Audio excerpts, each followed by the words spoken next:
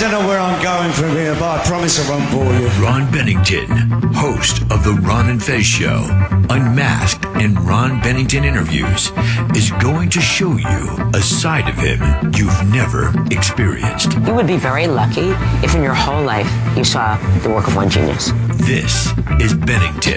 The form of the tragic autobiography is dead. On this channel, but also doing a lot of things around the office, stuff that needed to be done. And quite frankly, one of my jobs was to monitor Anthony's Twitter.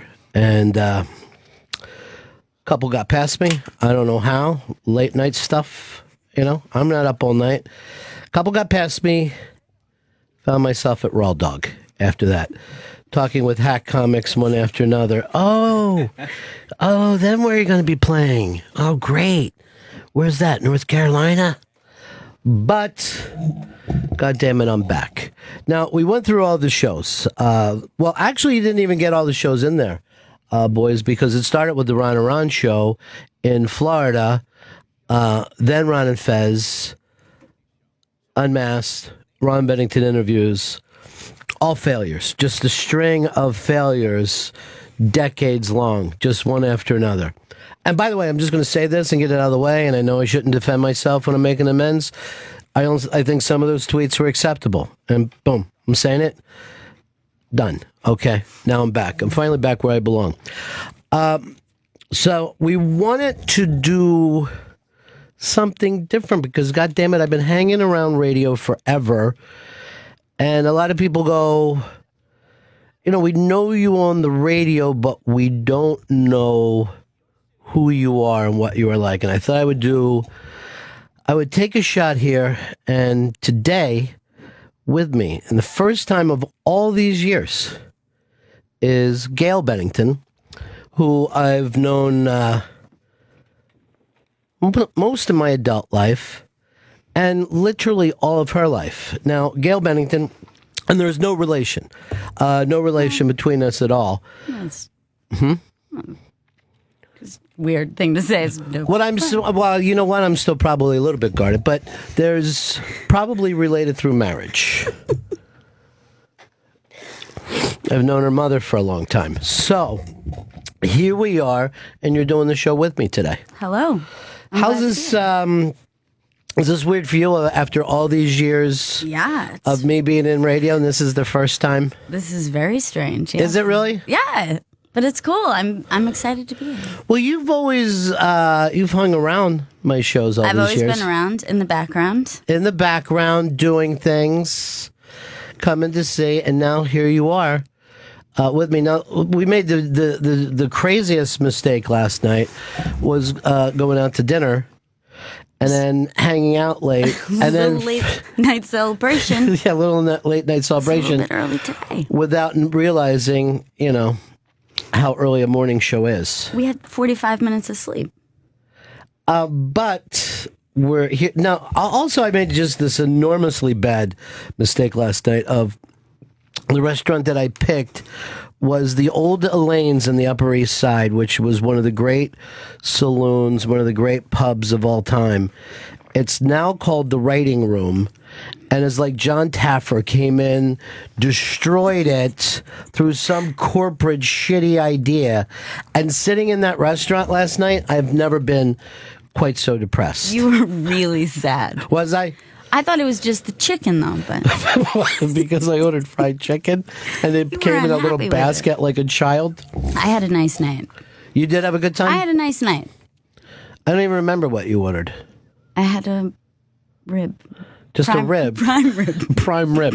This is the type of place it is. Fried chicken and prime rib. It's a classy place. It felt like you should look out to your left and see planes landing. It was depressing. Yeah. It's a death in New York. Well, New York is over. As you know, you live in Crooklyn. I do. Up to Crooklyn. Yeah.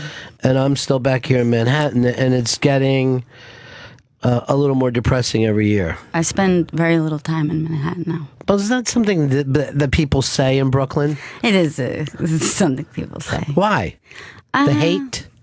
I think so, yeah. Or just that people brag like, I don't even go to Manhattan. Is that what they say? Yeah. I haven't been there in weeks. See, I've actually, I didn't think that you would move to New York and then be jealous of somewhere else that was also so close by. Right. I have no problem being jealous about LA's weather, but I certainly never thought I'd get to the point where people would go, well, do you want to come over and go to a great restaurant? It's in Brooklyn. You're always welcome. I don't want to be. Our You know doors what I are mean? open. No, you know what the problem with going to Brooklyn is at the end of the day, it feels like the freshmen have taken over. That's the biggest problem that I have. It's like it's like being out of high school for 2 years and then you go back to a kegger and you're like, do I not belong here? Yeah, well, it's a kid's playground. Is it though? I mean, I don't know. No, I don't know whether there's it's the adult. kid or it's the new, it's the whole new thing. But they're already ready to say Brooklyn's over. Brooklyn's done. Why? What's going to be next? It's Queens. No, That's what they say. it will never be Queens. You got to get on the ground floor. No, in a million years, Queens will never be the happening place because I've been to Queens, and actually traveling through Queens is the only time I ever say in my life, I can't wait till I get to Long Island. I can't wait till I get through this and get to Long Island. There's no cool part of Queens. Is this a Stories? No. It's supposed to be No. Stories? No. Believe me, I've been over there to restaurants. No, it's not there. Brooklyn, I will give you flat out that there's a good feel there, but there's absolutely no feel in the story whatsoever. Cheap rents, yeah, a chance to go down in the basement and throw horseshoes, okay, I'm with that. But at the end of the day, no, there's nothing. There's cool probably there. some cool stuff we don't even know about. We're not invited yet. Who would do it though? People from Queens? I mean, certainly somebody has to start the scene. All right. I don't know what phone number we're going to be using today. I think we're using the Ron and Fez number, 866 Ron 0 Fez, 866 Ron 0 Fez. I know that today, two of my boys showed up in support. Chris Stanley surprised me. I saw him early on. Shelby is here. And then I looked high and low and no Fez. Oh. He's here in his own way, in spirit. In his spirit, yeah. Either that or he dropped dead on the way in. I don't know which one. He's actually, even though he's just recently out of the hospital, How's he going doing? to the. How do you think he's doing? He's doing terrible, but he's going back to the doctor again today. Because there's more tightening in his chest at that pin cushion that used to be called his heart. Now, you picked the music this morning, right, Gail? I did, yeah. William Onibar does the original song, which I thought I was turning you on to something new, and I never can. Why do you even say that? You turned me on to bands before. Can't recall. The first band you ever turned me on, Sublime. We don't talk about that. I was a child. I have no. I'm not ashamed. I like to. Oh, I still think Sublime is great. This is a thing, and as a matter of fact, I was talking to Dane Cook about this today. Later on the Ron and Fez show, it's an Unmasked with Dane Cook, but I had to explain to him. I think a lot of people have hated him and given him shit because of his audience, right, more than even just him. Just like John Mayer gets a lot of shit for his audience. You also can't be too successful. There's like a middle ground before, people are not gonna. What do you think the high? Because I don't think people have turned on Ricky Gervais, and he's pretty goddamn successful. I think they're starting to, though. No, I think they are. Then I'll fight that. I think they I will are. go shoulder to shoulder to fight for Ricky. You can't be too underground because then people feel like, oh, what is this? Well, too cool yeah, for me to get, and then you can't be too successful. All right, give me somebody who's right in the pocket where you're just underground enough. I'm gonna guess it's REM. Still, is it still REM? They still haven't broke. They've maintained Do they still play? No, they're gone. They're done. Yeah, they're done. Actually, that was a few years ago, and they made an announcement like we're not going to make any new records. Who asked you to? Yeah, that's the thing. Nobody even was asking for it. I'm going to put out an announcement. I'm not making any more albums myself. And I don't think I'm going to tour anymore. It's just not worth it for me to tour with my band. But you really feel like you can't come up with a new act that I don't already know? Like a comedy? Or No, I'm saying in music. I don't know. It's tricky. I feel like very disconnected musically right now. Well, everybody is because you don't know who to care about. There's no one to care about. And this is one of the reasons why people hate Brooklyn, because they feel like there's bands there that they don't know. Right. And we demand to know who the bands are. And if the hipsters listen to the bands without us, it hurts us very, very much. It hurts really bad to think that someone likes music that you don't know. That's the biggest problem in the world for most people. Me, I like bands that are still in the garage, but they're fighting like they're going to break up. I want bands... Mid-level band, struggling with stardom. The harsh face of stardom. It's a think piece, is what it is. It's a think piece. I can't even remember the last time that I truly fell in love with a band. I know that most of the bands that I like now are like some kind of neo soul. Right. You know what I mean? They're well, that's your scene. Is it my scene? I think so, yeah. I thought my scene was fucking a heroin addicted glam. I thought that's where it all peaked. Who's good and new right now? I mean, I liked Haim. Mm-hmm. I like them, but not Love. I like that album though. That's a good album. I can listen to that album start to finish. But here's the thing: when you say I like an album, that's a lot different than falling in love with an album. That's the way people. That's why people got passionate about music in the first place. Right. That you fall in love with an album so much, it's like it's the new girl in high school. Yeah. And you're just like, I can't even approach this beautiful album. I'm just gonna sit next to it, and maybe one day that album will need a pencil or ask me, like, say, hey, do we have a test tomorrow? And I'll be there to save that album. Yes. It might not exist right now. Cheat up. Why wouldn't they exist? What has happened? I don't know. Or maybe I just don't know about it. Yeah, that's the other problem. You used to be able to go onto the radio for music, but now you have to hunt and peck. It's almost like the music scene in America is like the movie The Road, where you're out there with your child and it's dusty and and there's like you find a can and you just stick your knife into it and you try to listen to see if there's a song. You could tell me about a time when music once existed. Oh, yeah. See, I lived there when it was just green and plush with music. Bands would play. Arenas would be filled. Yeah, that's the... but, even then, I know you went out and saw... you've been trying to catch the classic rock people before they die. Yeah. By the way, if you just... are tuning in now, I'm Ron Bennington, filling in for Opie on Fridays, some Fridays. And with me, as always, Gail Bennington, no relation. Now, just keep saying the... I've never had a DNA test to see if I'm related to you.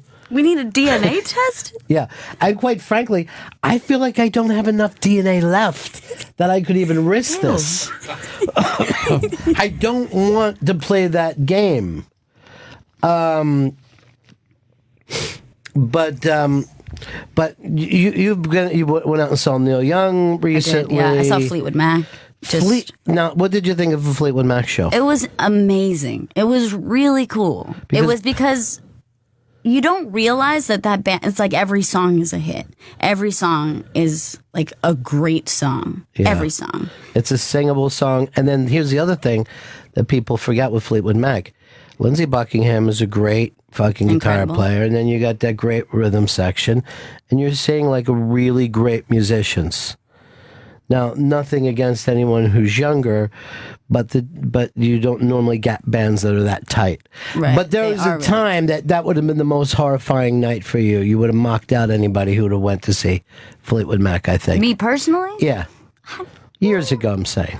Yeah, but when you're young, you're still, trying to find your own scene. By fucking mocking out everything that came before you.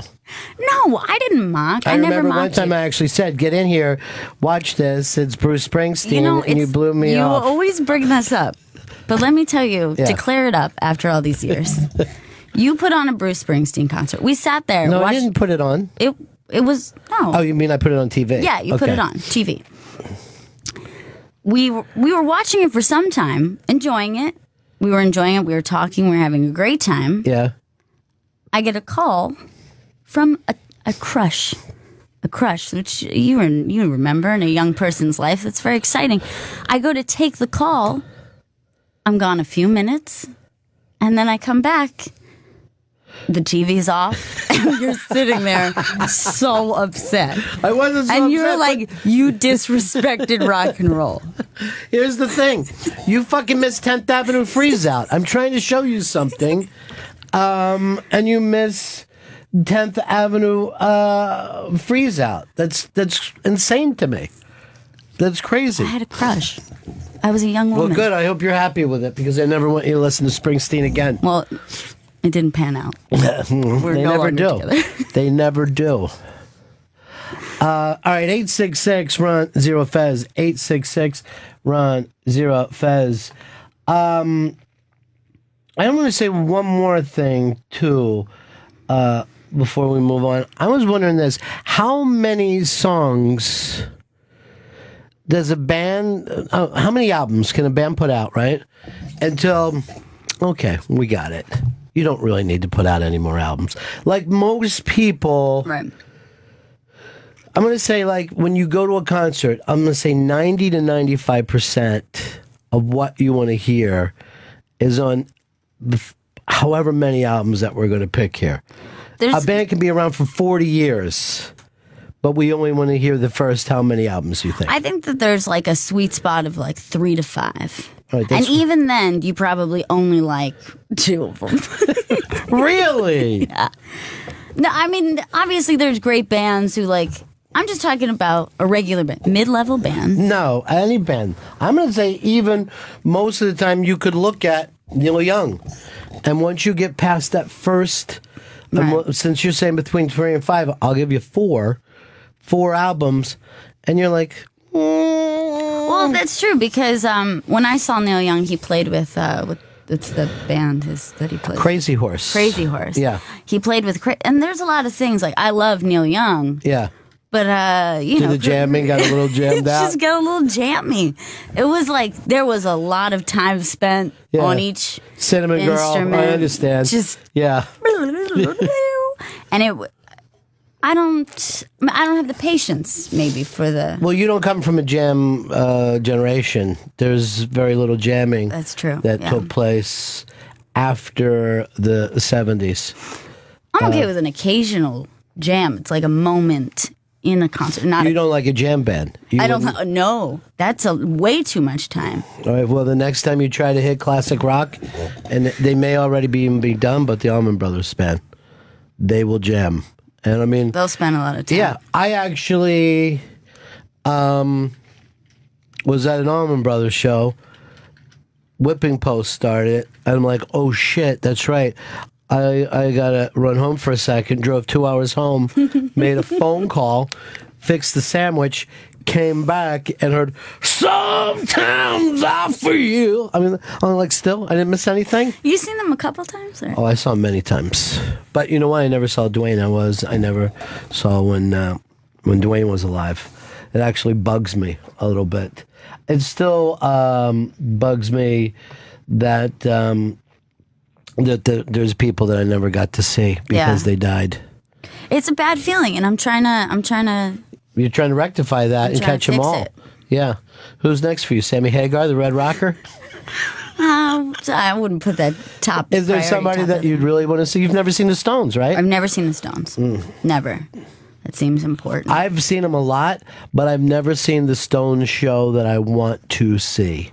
What does that mean exactly? I don't know. There's a Stones show in my head and maybe in my heart that is so good. And every time I show up, I think I want to see them in 1972. Right. So I'm driving to the show, and I'm like, oh, this venue's bigger than I want it to be, because in my head, it's smaller, and, you know, there's smoke, and there's French people doing heroin and smoking cigarettes. But the show starts, and then I just start to think to myself, oh, fuck, this isn't the Stones show I thought I was going to see. It's not the right one. Yeah, there's some amazing Stones show. Where are you? Because that's so important in a concert. Like, where physically are you? Like, where is the best spot to be in a concert? Do you like to be up front? Do you like to be able to see? I like to be standing next to the band, to the side, with that big yellow thing. And then sometimes I'll walk out towards the stage just so people can see me with that big backstage thing on. You know? That's where I want to be most of all. I want to be able to go. I could also go get a cold drink or a sandwich right off of their table. That's where I want to be. Where do you like to say from? You got to be in the pit like Kid Rock, right? No, not necessarily. You got to jump in the pit and try to love someone. Not anymore. Now I need the option to be able to get out. Any pit, and I will just yell this the whole time I'm in the pit. I will fuck you up. I'm not here to be pushed around by you people. I'm here to watch a show. No, not with those skinny little pricks. Yeah, but it's more like the amount of bodies. I know. It's disgusting, and it smells, and it's awful, and it's something people do instead of liking music. There's like a very specific smell in my mind of like a punk rock, a punk rock show in New York City, very small venue. Has a very specific smell in mind. All right, wait, hold on. Mike in Canada has an idea for you. Of who to guess. Now, I'm going to say this. Since he's calling from Canada, it's probably either going to be Rush. Or, well, we'll give him a chance. Go ahead. Mike, you're on the Run and Fez show. Well, you just jogged my memory. I saw April Wine 2 summers ago. That was April Wine. But the one I was actually thinking of was last night I drove past a casino in Michigan, and there was a billboard out front for ZZ Top in March, so I guess they're doing like a spring tour. And I saw ZZ Top in the stadiums in the 80s, but I saw the casino sign. I've never seen a casino show, but I gather it's probably a little bit more like a theater. And that's a venue I'd really love to see ZZ Top at a theater. I think that would be cool as shit. So ZZ Top is still out there swinging, huh? Yeah, and you know what? I see these casinos all over, the Midwest, and generally if they're playing one in Michigan, they're probably doing like a whole slew of them. So even like in Connecticut or wherever you guys are close to, they're probably going to be doing a casino there. To me, that would be a killer show, I think. I'd go see. I haven't seen ZZ Top in a million years, and I'll do it. And to me, the '70s, because a lot of people bring up that '80s Tush stuff, but to me, that '70s albums are great. Hey, here's Vaughn. Vaughn, you're on the Run and Fez show. Hey, what's up, Ronnie? Welcome back, bro. It's good to be back here, and again, I'm glad everything got forgiven. I got 2 things. They're on the opposite end of the music spectrum. You were talking about bands making albums, and they should have stopped.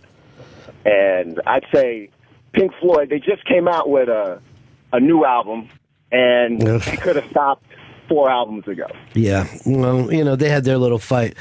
But there's really nothing that I'd want to see after The Wall with Pink Floyd. Right. And there's nothing that I'd really want to see, probably before, Dark Side. But see, wow. I like it when they play the whole album. Like they'll play the album as a, more or less like a movie or a play or something. Right. Oh, absolutely.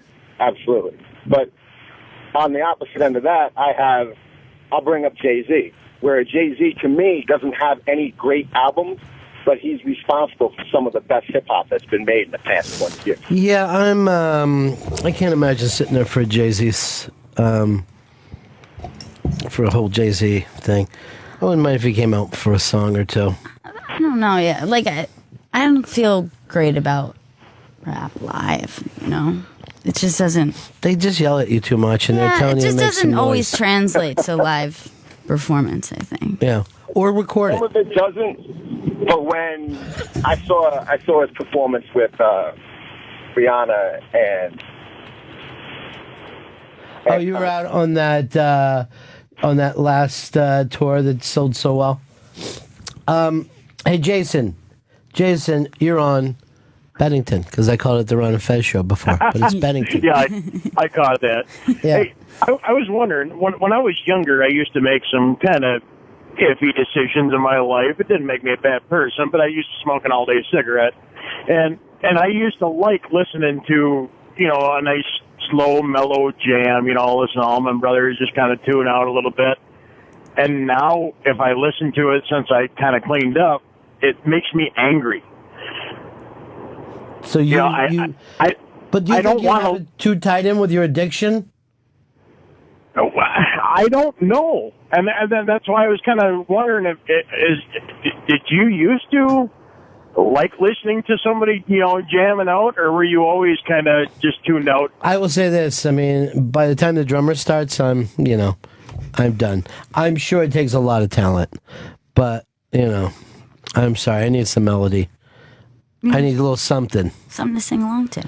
And that's what you got the other night, huh? When you went to Fleetwood Mac? It was crazy. It was one after another. Yeah. And it's like you know every song. And that's the thing about Fleetwood Mac. It's just like every song's a hit. Every song is you're ready to sing to. And was there a highlight for you, though? What's that? Was there a highlight for you? There were a couple songs that shocked me. Not even necessarily like my favorite song. Like Little Lies has never been like one of my favorites. But the two of those chicks just going up there. And that's the other thing. Christine's back. And she was gone for a while. Yeah. That's some weird, funky man-girl voice that she's got. It is so cool. unique. And so it's unique. still really cool. It's still, she sounds incredible. Yeah. But it's funny too, like they're talking. Like anytime they're grabbing the mic and talking, it's like you can feel a tension there still. Like they feel really connected when they're playing together. But at one point, Stevie starts telling how they got Christine back, and she's like, she called me up, and she's like, oh, can I come back to play with you again? And I'm like, yes, of course you can. You're going to really have to work out, though. It's a workout up here. And you know what? She's been working out since January. And look at her. She looks great. Like, as if to say, she finally worked up to what I've been doing all these years. And I'm just so proud of her. We just really love her. And you could just see her, like, flexing her. Oh, right. yeah. You fucking know. Now you remember why I wasn't with the band. And I said, just come up to par and we'll be happy to have you back. She didn't say that, did she? No. That's so fucking funny, though. If you can get it back, we'd love to have you. I don't see it. I mean, God, I believe in miracles, though. But I'm in this band. You fucking, like, Mick is looking over his drums like, oh, shit. I believe in ways. Mick Fleetwood, here's the thing about him. He will play with that band in the biggest places in the world. But when they all quit, he'll take 3 fucking homeless fucking people out on the road and call it Fleetwood Mac. I'm sure, yeah. He doesn't give a shit. He was shredding. Yeah. Like, he was just selling it and just, like, he throwing always everything has. out there. He always has. You know what's funny? That band has such a reputation of being, like, a chick band, I think. Well, they were. They were a chick band. No, at the time in the 70s, they were something that chicks listened to. But why isn't it why isn't it both? I mean, to me, Look, I'm not saying that the world's fair. I'm not saying that, Gail. I'm not going to say that there isn't misogyny, But there are some bands that the dudes gravitate to. That's true. Even in some places, whole genres of music that only dudes go to. Now, metal's one of them. Yeah. Are there girls there? Yeah, but you don't want to have anything to do with those girls. I also don't believe them. Oh, you don't believe that I don't they like believe it? him. It's the same with football. I never really buy that a woman likes football. Fly, Not fully. Eagles, fly. I'm just saying, show up. You watch Eagles games every week. I do. But, you know, I have men in my life who enjoy football, and You what, am I never, going to fight first of all, it? don't say that it's for me. It's for your boyfriend because you never cared about football before, and now you're acting like, hey, Eagles game on Sunday. That's true. And that's why I don't believe women. So you pretend that you like football. I'm not lying about it, but I'm Yeah. just making the best of a situation. I'm not going to say, let's go for a hike today instead of watch football. Like, I get See that that- you're into it. I'm going to make an effort to enjoy the things you enjoy. And then you get into it. It's exciting, you know? It's like you get wrapped up into the... Fly, Eagles, fly. Do you use a Philly accent for him? Yeah. What do you say? We talk entirely... Want a hoagie? We eat hoagies. Yeah, exactly. I mean, Want a Coke with that hoagie? Go down to the store, get a hoagie. Yeah.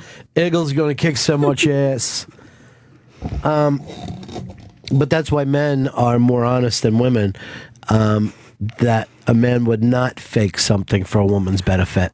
Right, but then And women there's are known to fake. but it's not. There's not. Maybe it's not faking so much. It is like just Adapting? adapting. Yeah. Adapting is a good word for faking. I'm not faking that. You're I'm in a fake enjoying- relationship right now. Everything is lies. Here's the thing, though. He knows that you really don't care about the game and you're just faking it for him. But he's like, that's great. Yeah, That's he good. appreciates it, and Yeah. we get into it. It's fun. Hey, Doug, you're on the Run of Fez show. Hey, man, how's it going? Good. Hey, I think what's wrong with music these days is a combination of a few things, a bunch of things maybe. It's a combination of corporate interests pushing only There's very stuff little that they think will corporations sell. left that can make And money off music. They can't. Well, and another thing is lack of talent and the fact that they don't put out full albums like that are good. Like every song, like the girl was saying, like she could listen to like every song that hit. You know, it's like one or two songs. This is the hit songs, and then the rest are throwaways. And But it was always like that. It was like that from the beginning. You know, albums, here's the thing about albums. They weren't even big until maybe the mid-'60s, and then they ran until somewhere into the 90s.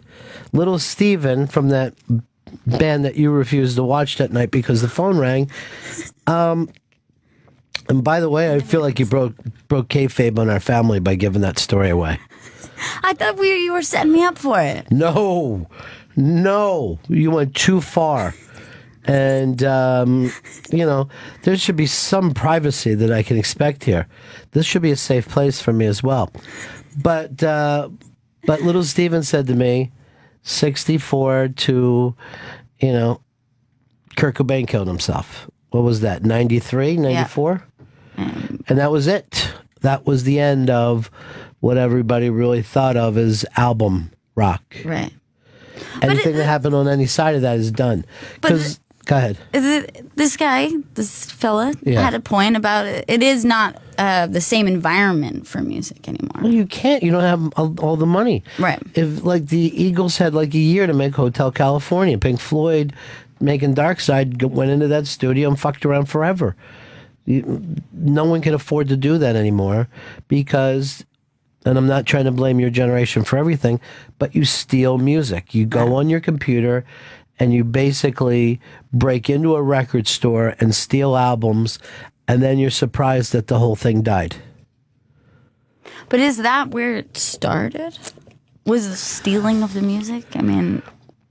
Well, when you say this thing has no value anymore, yeah, I think everyone said, yeah, I guess there's no value to it whatsoever. It has nothing. You've taken it away. Right. There's a generation out there that cares about sneakers and doesn't care about music. And it goes to show. What do they put all the innovation into? Sneakers.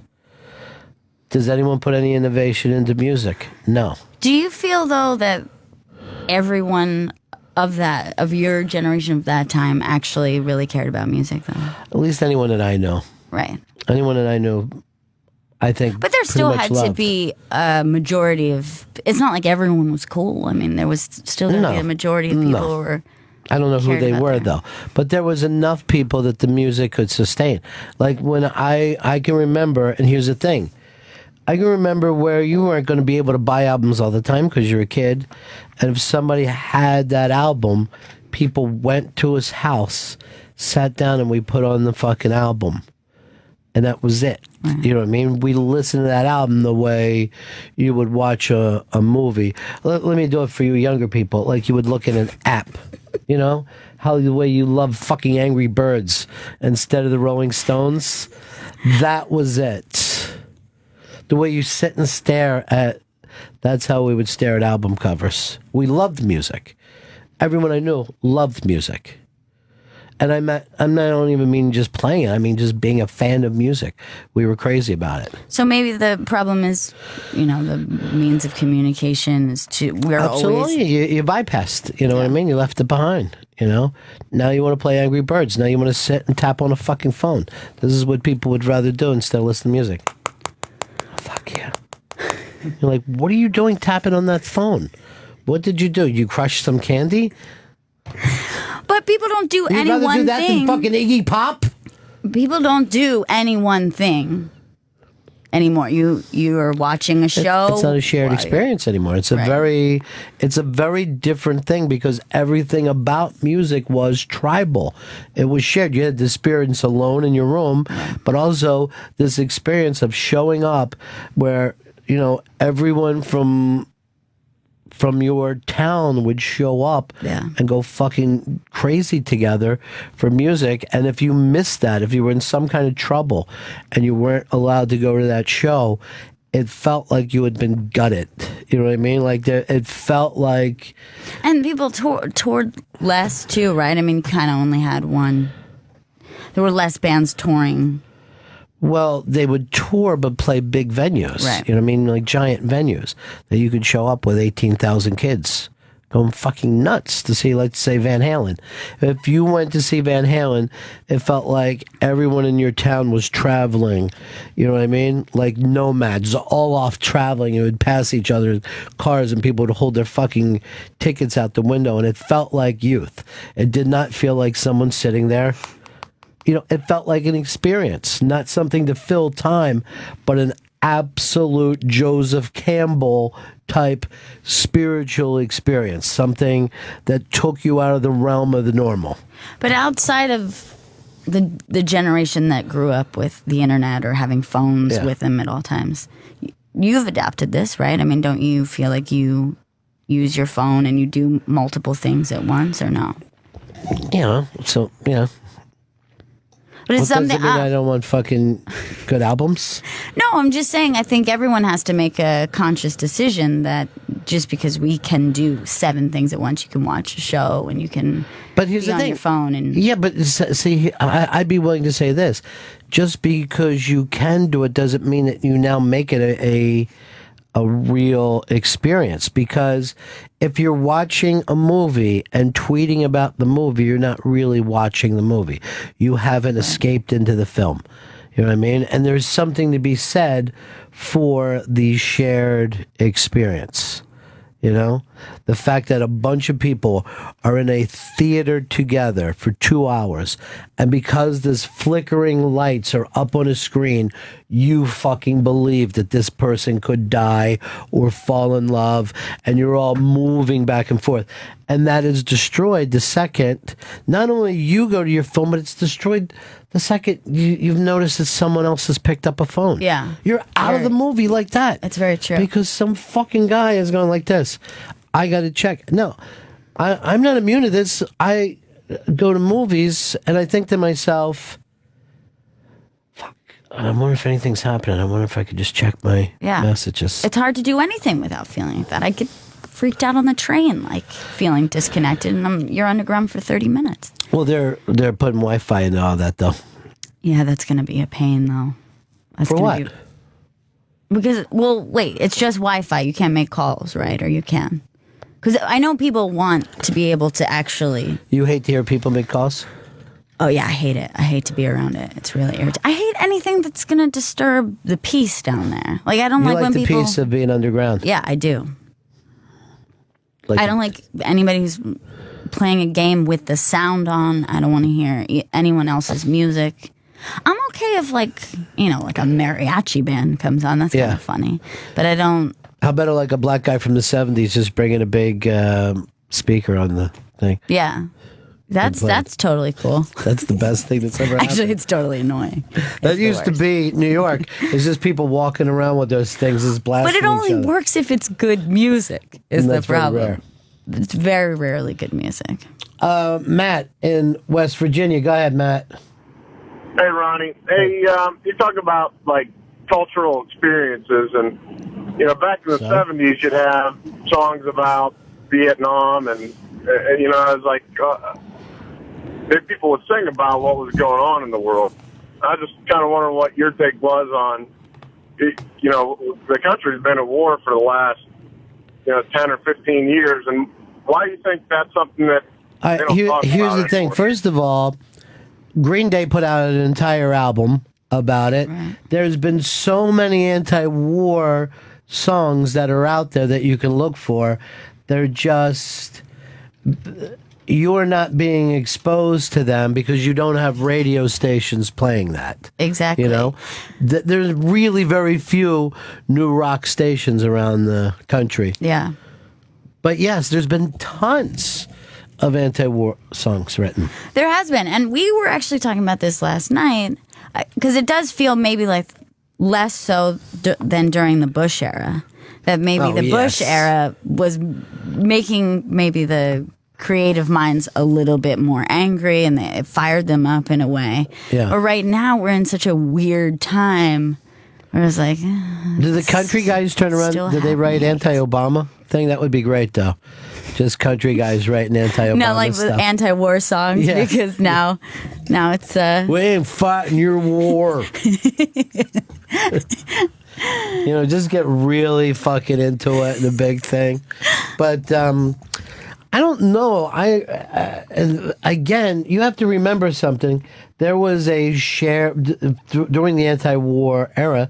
There was a shared feeling with the youth, and I don't even know if you had that during this whole thing. Because one thing that they learned from Vietnam, and they learned it very well, is never draft again. You know what I mean? That Bush did not draft because, not that he couldn't have used those people, because he could have. He didn't draft because he didn't want the fucking blowback. Exactly. He didn't want to suddenly wake up these, ADD kids that are taking whatever fucking pills they need to take, because they would go like this: wait, what? Draft? I'm against war. Actually, I hate it. I hate it very much. This is the worst. I want nothing to do with it. All right, this is odd. Hashtag Bennington is trending right now. So that's odd. And That's is that in mine. the United States of America? But I am Ron Bennington. With me, Gail Bennington, no relation. It's not true. And yet, I think we do know a lot of the same people.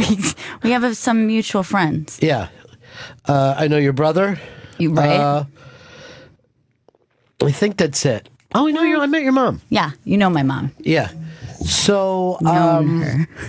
but we thought we'd hang out together. And you know what's really funny? And I said that I was going to show myself to be less guarded, but I don't think this is any less guarded than any other show I've ever done. It's a process. Is it a process? We're easing into it. I don't even know if I am guarded. I'm not even sure I would consider me that. I think you're guarded, yes. Really? Yeah. I have to be. But at the same time, it's good to have a private life. People need a private life.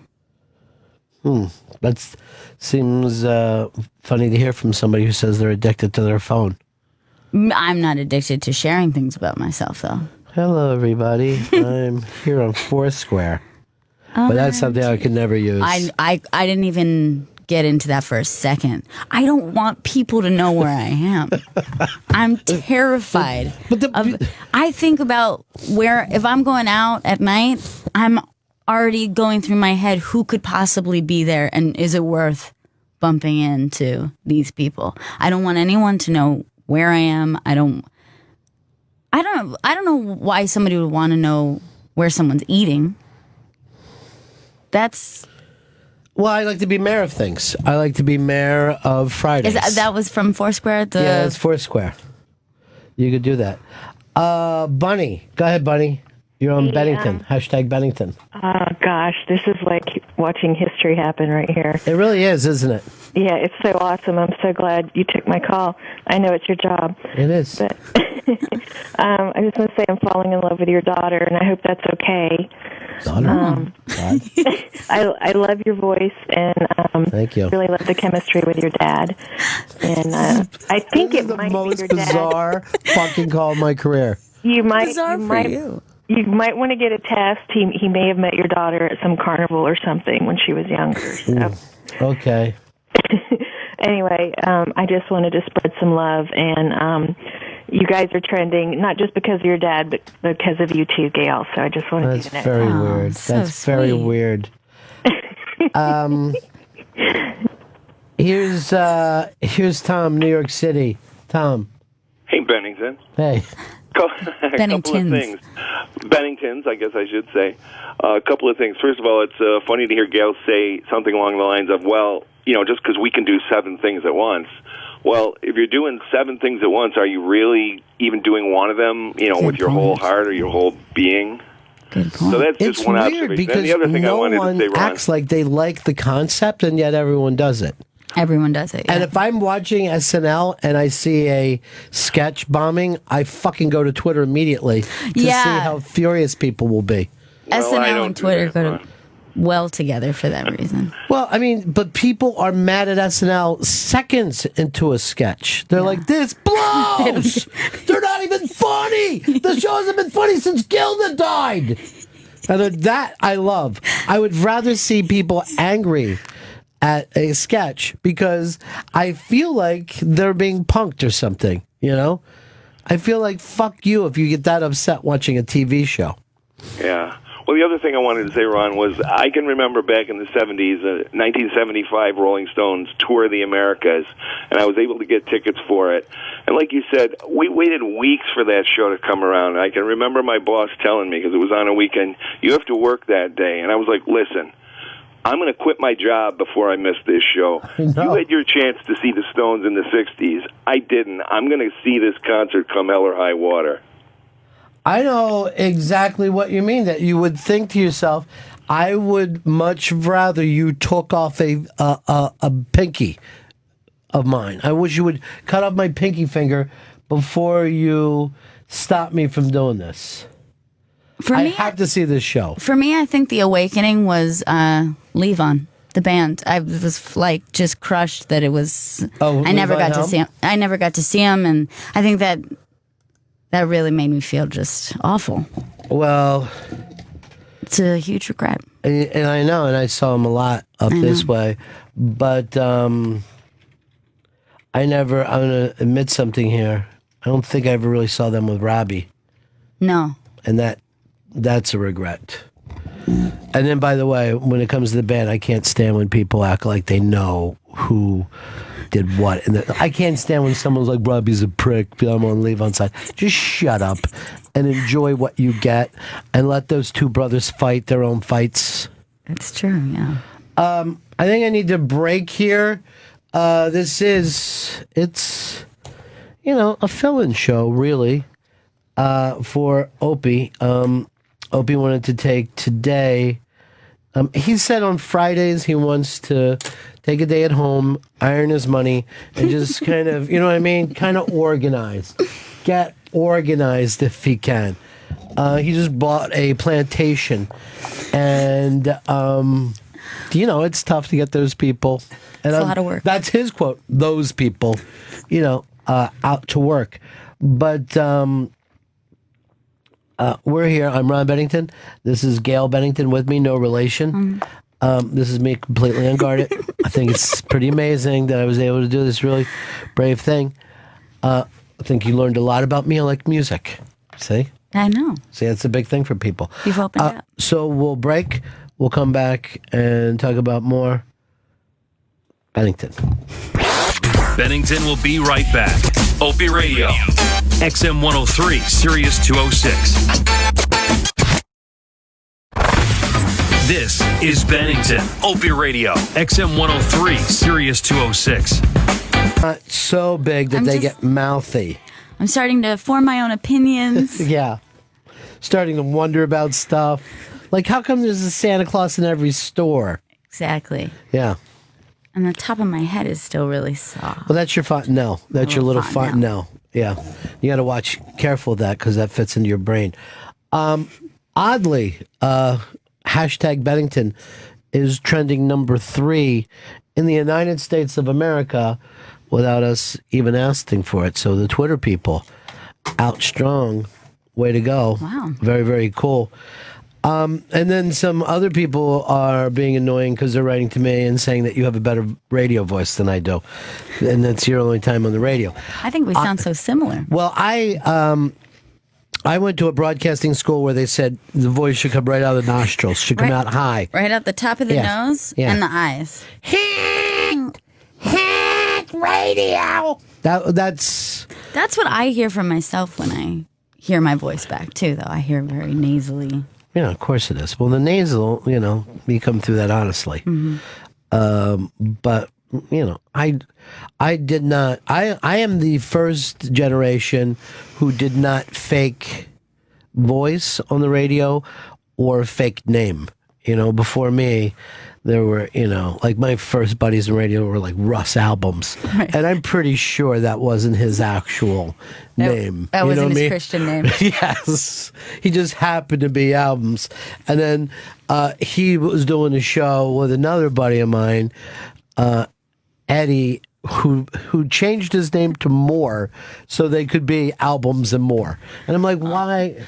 You don't need to do that. He's going, no, see how it works out, though. It's albums, and plus there's more. And more. We got more stuff. Like, Eddie Van Hamster, the bit I'm doing right now. Did he spell it Moore, or was it? I don't think they were together long enough to spell that name in any way. I'm not that sure. No, I guess he spelled it like Jay Morse did, the Mohr. All right, 866 Ron Zero Fez, 866 Ron Zero Fez. That is the phone number we're using today. I'm Ron Bennington. With me, Gail Bennington. Hi. No relation, but we're here together doing the show today. Mike in Florida. Mike. Hey, Ronnie. Thanks for taking my call. That's my job. Yes, sir. Hey, Gail.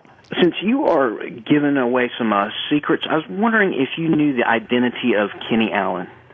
Boy, Kenny Allen's still famous after all this time. For good reason, too. Yeah. It was the best. It was the funniest thing ever. Kenny Allen is the best. Not long ago, I was re-listening to a lot of those old Kenny Allen. From WNEW? Yeah, just What was your favorite ever? Because a lot of the people listening here never listened when I was on WNEW. There was a really great Thanksgiving one. Yeah, we play that every Thanksgiving. The same one. Yeah. They were all great. I do know the identity. Do you really? I do. Keep it from me because I don't want you to find out. I'll never tell who that guy is. Talk about guarded. He makes me look like Mr. You know what I mean?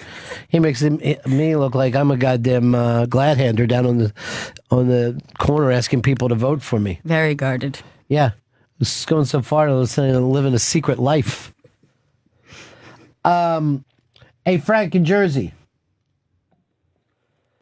Frank in Jersey. Go ahead, buddy.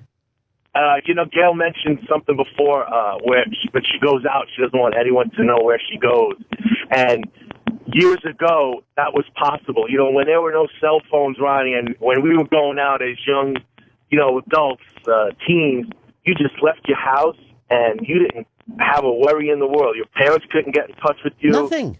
No one could say you've got to get home now. You were just gone. Exactly. And you could break plans with friends. You're supposed to meet them at a certain time and you just don't show up, or you're supposed to meet your girlfriend at 11 and you don't show up, and then you just come up with some excuse the next morning. You can't do that today. You cannot do anything like calls, that. You'll be getting texts and phone calls all night long. Where are you? I know your phone is working. All of that stuff. How did you find anyone, though? How, if you wanted to meet up with people? You had to swing by Locust Hill School where everybody was in the parking lot and go, where's the party? There would be certain places. So that's the idea. You have X amount of places that young people could be anyway. Yeah. Party at the Moon Tower. You would get the word out. Party at the Moon Tower was that movie was perfect for the way life worked then, that people would be mobile, knowing that there was a couple spots to talk, and then you would hear it's, we're all going to be here. But the other weird thing about it is, and my parents were now saying, like, I was talking to them not too long ago, and how weirded out they are thinking about, I'm not saying that they're calling themselves bad parents, but they realize how off the fucking chain they were. When I was like 17, me and my friend drove a car across the country. It was my brother's car, right? And we honestly partied the entire way across the country. In the car, I guess it was a 5-day DUI. Yeah, Berkey. Yeah, it was my friend Berkey. Take it easy, Clarky. So we drove from Philly to San Francisco with a fucking cooler between us, passing a bowl of hash back and forth. 5 days driving like that. And you never called your folks to be No, you didn't call. Like, my dad, bankrolled it. He wanted me to, my brother was in the service. Right. So he said, I'm going to pay for you guys to take that out there. And then my dad says this, I'll never forget. And he goes like this. And there was a shotgun in the trunk. He actually put a shotgun in the trunk while these two teens drove across the country partying. It's bad parenting. Now, it does come across seeming that way. But even like when we were like in high school and I would go down the beach for a week, we would just say, I'll see, I'm going to be back here. If I'm not back by next Saturday, I'll definitely be back by next Sunday or Monday morning. Right. And no one freaked out. And now, if you can't reach it, even adults. Right. If you can't reach an adult by text, now we've faked ourselves out that we're unsafe. I'm in a complete panic if I don't hear from you within a certain amount of time. And you're a grown man. Yeah. And you existed years before I did. With a shotgun in the trunk. But that's the funny thing. Like, you will worry up to the point that you're supposed to worry. Now, I actually have this feeling. This is, I think, the original. No, I know it. I believe this in my heart. What made this country so freaked out is cable news. Pre-cable news, kids went out and played on their own. After CNN, people started to make play dates for the children so they could watch the children. I would have died if my mother sat there and watched me and my friends play. It would have been humiliating. But after CNN, if a baby was snatched in California, people in North Carolina worried that their kids were going to be snatched. If a kid was raped in Chicago, people in Texas worried because they pound that into it. Just like now, you hear Ebola. Ebola's in the country, Ebola, until finally you hear someone cough and you're like, I think I got Ebola from that fucking asshole. Right. You're just too careful. Yeah, but we worry too much. You put the worry thing out there. Back then they were like, you gotta let them go. They're kids, They're kids. They're gonna fight. What are you gonna do? Like the parents would say, they're gonna punch each other. There's nothing we can do about it. No one worried about bullying. They would just say to you, punch back. I remember my uncle would say, if it looks like you're going to be in a fight, punch first. Right. Like they Just would tell you, hit first. And then my friends' parents would tell them, you've got to hit first. So by the time we were like 4 or 5, we just came out of the fucking house and swinging. We would see each other, we'd hit each other, and then we'd start, playing. We'd settle down. But no one thought it was such a bad thing. Now we worry. Now everybody worries all the time. Sue, you're on the Ron and Fez show. Hey, buddy. I'm just calling to give some love. Clearly, coolness does not skip a generation. And I also want to congratulate you on being so unguarded.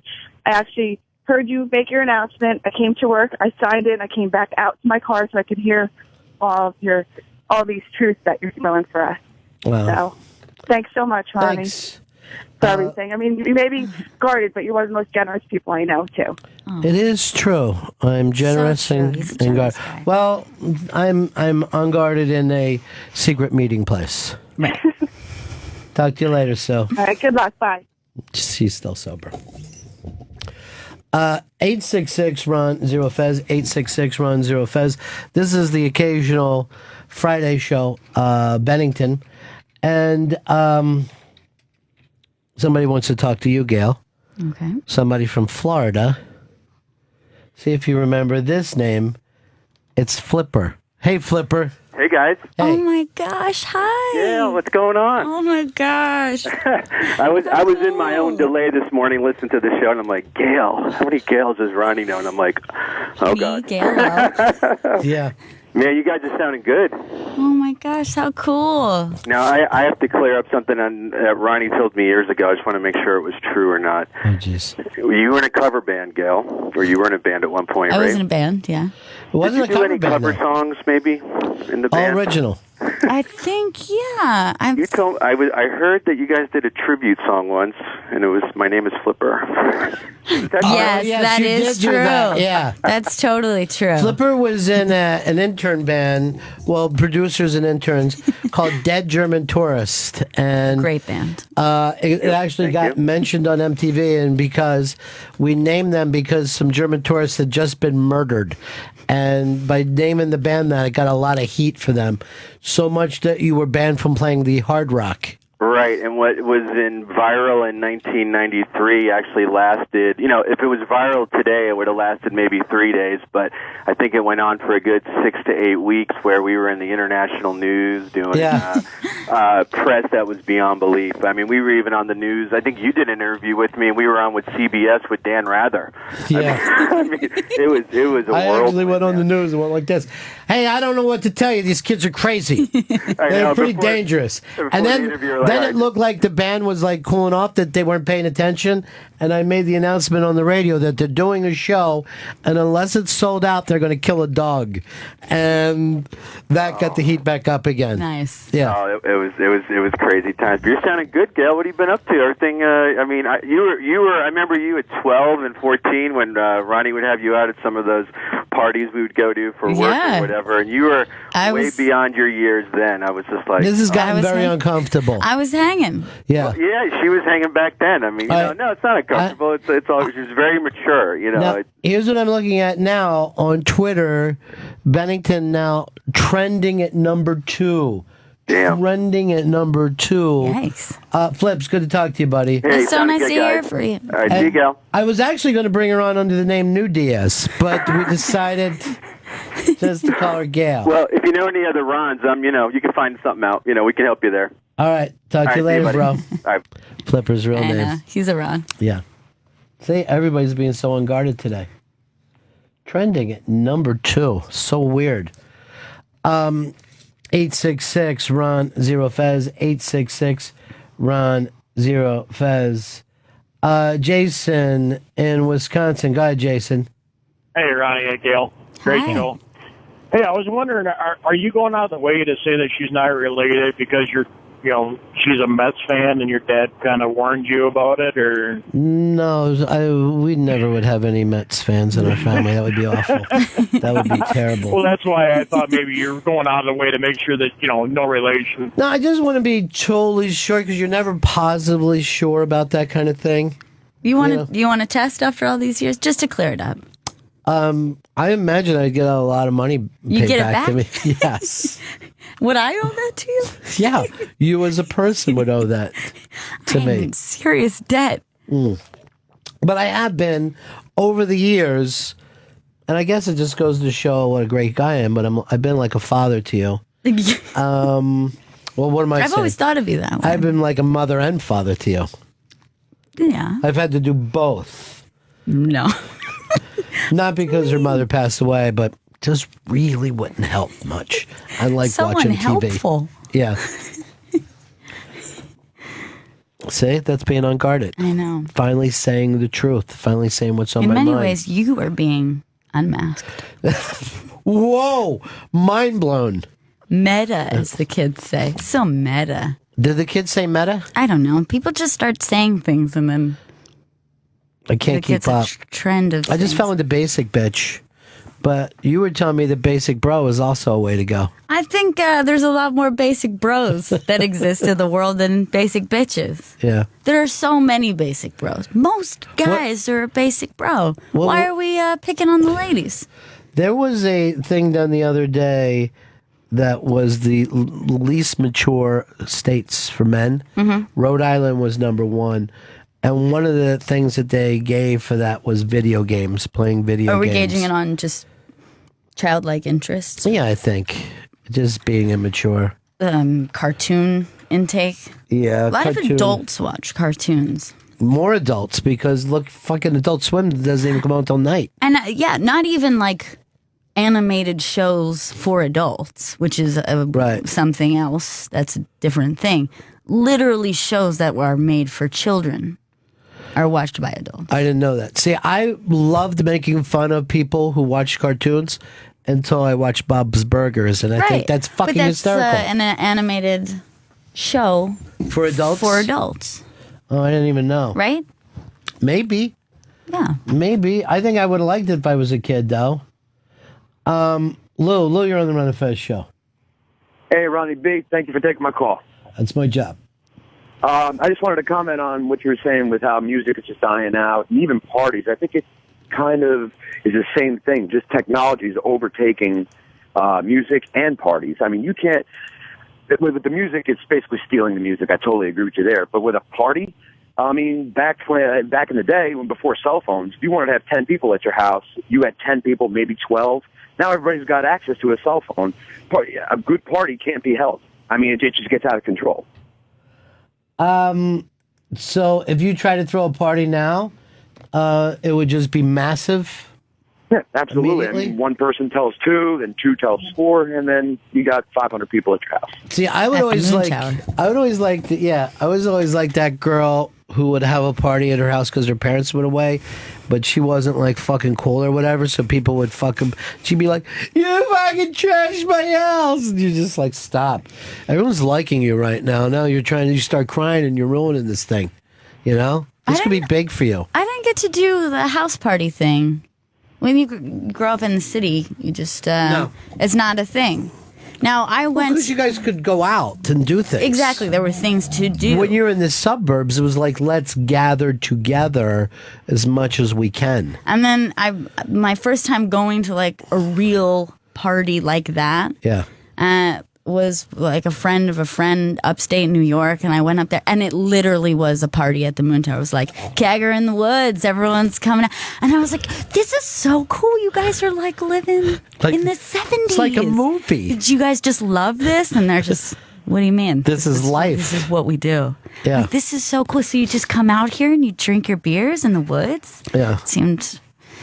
Yeah, people would live for that. And if you were the guy who owned a beer tap, right? The tap itself, your life was pretty much set. You would be invited to... Oh, like, so you would purchase the tap. You would own... But Then purchase, you stole it from somewhere.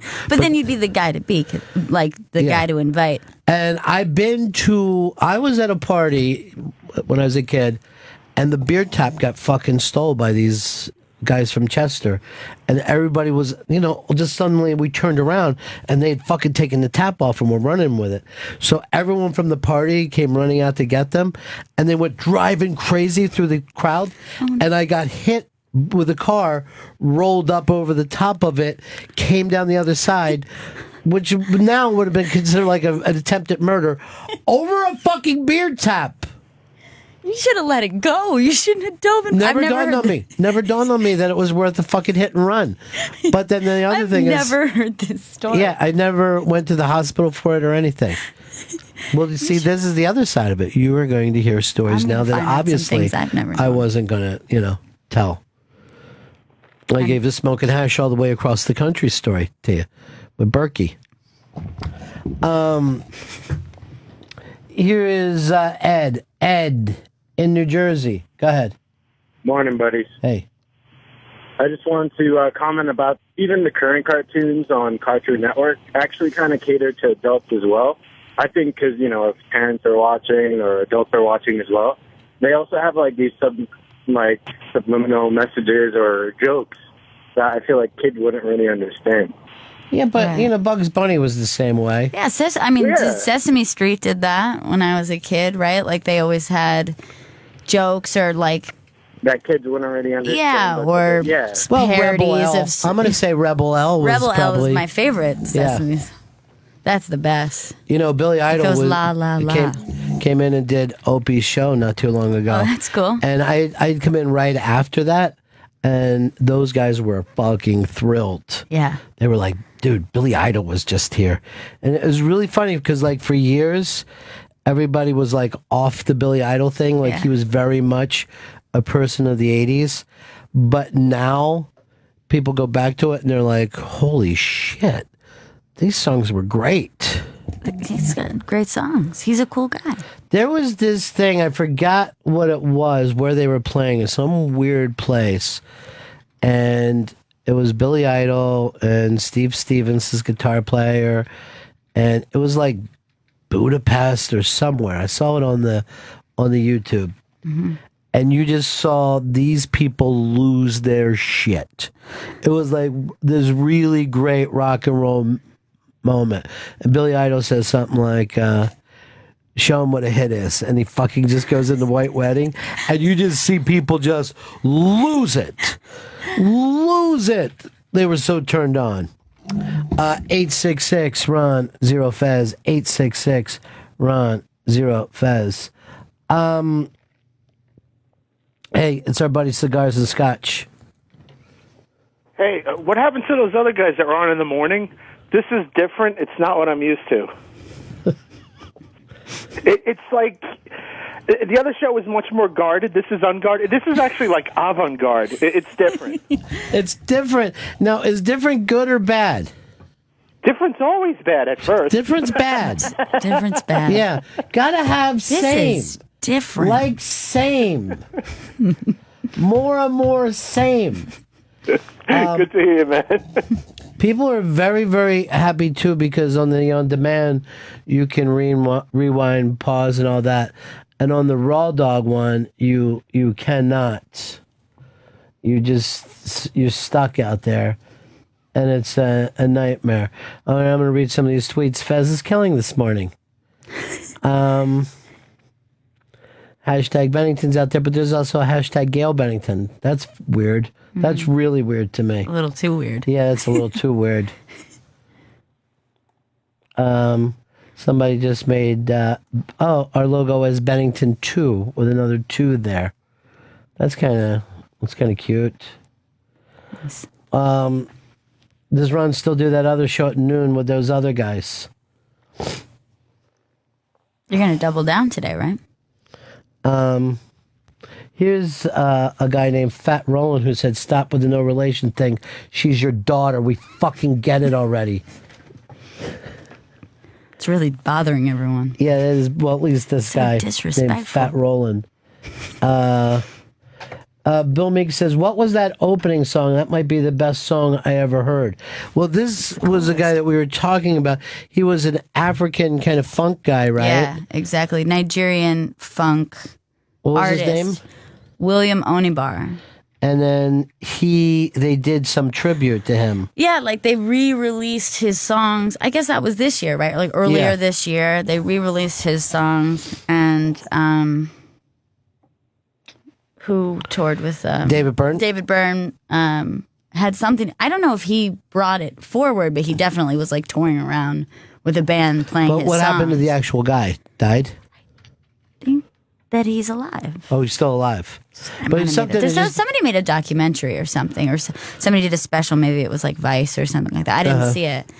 I was late to getting into it. Way late. Really excited to tell you about it. Yeah. And you're like, yeah, I know that.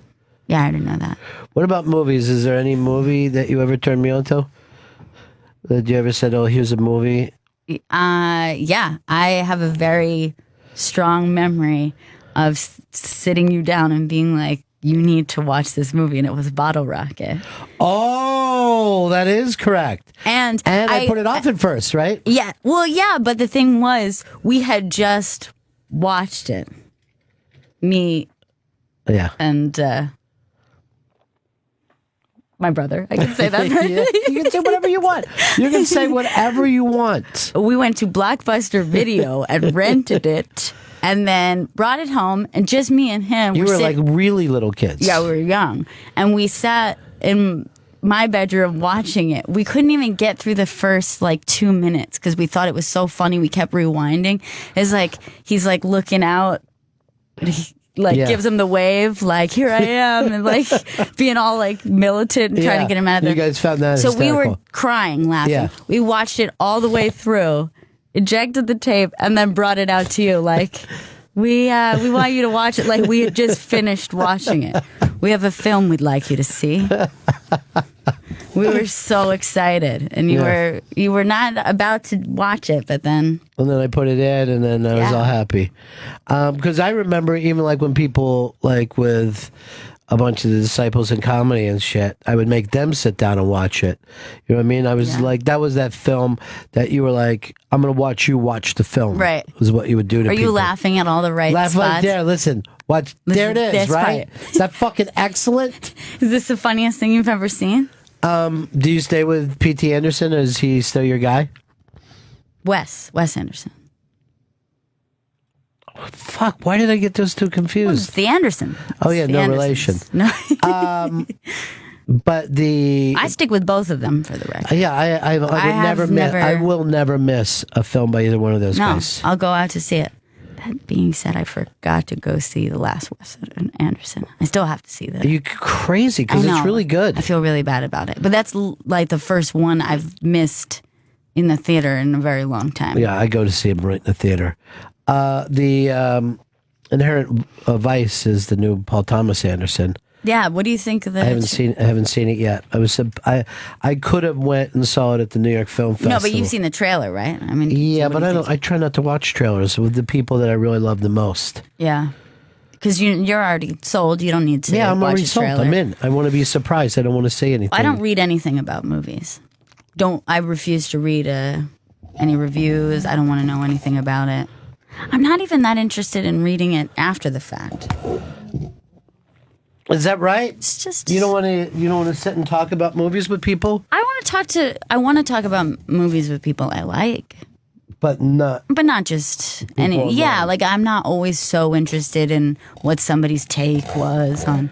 I'm gonna give you a name. I want you to write it down. His name is Jermaine Lassier, and he is a writer for Slash Film. Slash Film. Yeah, and he loves film. I'll just read, here's some of his reviews. This movie's so good, it blew my balls off. Okay? Okay. And this one Sounds just good. said, just jizzed in my face of awesomeness. Wow. That's how he feels about film. He's crazy about it. Is it every review like that? Every review. He loves everything? He's never given a bad review to anybody. I think he's coming in to do my show again soon.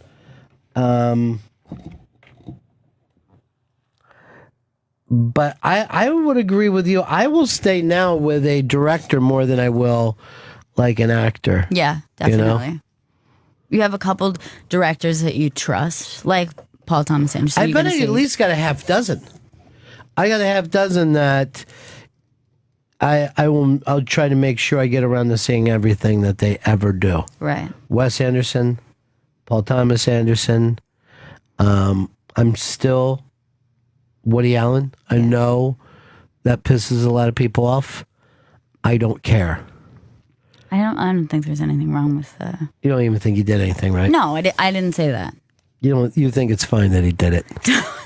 I don't want to say that it's fine that he did it. Yeah. I think for some reason, and it's not with all things, I'm able to separate. That's those terrible. two things. Why? You do that. No, Going I do it, but I don't say it out loud. I just say I don't think he did it, and then I feel better in my ignorance. I know that he did it, but I still like his movie. I would step over him molesting a child just to see Annie Hall again. Although when now you rewatch something like Annie Hall or Manhattan, it makes you very uncomfortable. There's so many seeds planted there. Where it's like, is that Manhattan or Annie Hall where his friend's like, I got 2 14-year-old twins. And you're like, we didn't have a red flag go up then? We didn't think this guy might... Back then, it wasn't considered all of that a red flag. Is that true? Yeah. I was just talking about to someone about this, that there's a lot of films in the 70s and 80s where there's reference to a character having a relationship with an underage girl, and that character is not a villain. Mm-mm. Maybe it's not the main character, but it's just like a friend, or it's...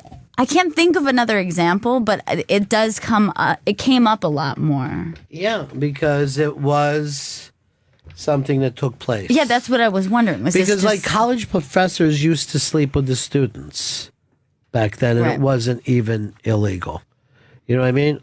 Or even like immoral, where you could get in trouble with the school. It wasn't a fireable offense, you think? Yeah. No, it was up until what happened is when they started to raise the prices for college so high that people went in debt. Right. Then the parents said, okay, but now you can't sleep with our kids. All right? You can have this money. Yeah. Because people used to go off on their own and go to college at 18. Right. You wouldn't say, me and my parents are coming here and we're seeing what this humongous debt is going to be. Right. People would just drive off. Like somebody back then could say to themselves, you know what? I think I want to go to school in Colorado and then drive to the school and sign up. And just come up and say, I'm here for school. Here. Now I'm signing up for some classes. Do you have a place for me to crash, or do I have to find one myself? No one thought it was a big deal. Yeah. You know? And now it's a requirement. Well, now it's because they pushed it for so many years of you need an education, you need an education. Or at least they claim that it's a requirement. Like we've come to believe that you're required to go to college. Look, it's all such a fucking lie and a hype. Is there any reason that NYU should be looking at a $6 billion expansion? No. You're not supposed to make money with a college. Yeah. You're also not supposed to take these college kids. I got interns working here, and they're like, I really got to get a job. This is my last semester. I'm $180,000 in debt. It's scary. And I'm like, that's fucking stupid, dude.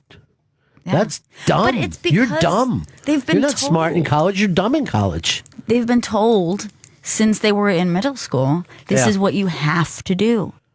That's another big difference. When I was a kid, this is a true story. A kid in my school went to college, and we all went to the train station to wave goodbye to him. It was like a big thing. We were all like playing.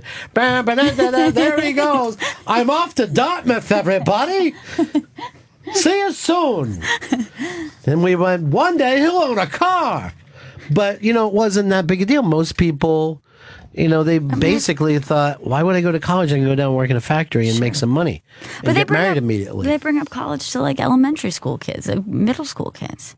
In middle school, people were telling you can't pull this shit in college. You know what I mean? I know. Are you going to do this in college? It's a long way We're away. still ranked number 2. Just 2? That's it? To rank? I'm going to read you some of the tweets, though, for hashtag Bennington. Just the nice ones. See if yes, just the nice ones. Why would I read the bad ones? Friday's just got so much better. Hashtag Bennington. How the hell am I supposed to go to work? Hashtag Bennington.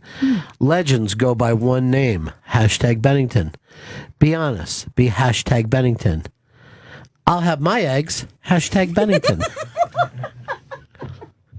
Collect call from Got Here Okay. Hashtag Bennington. That's one of the things that I used to do with my parents.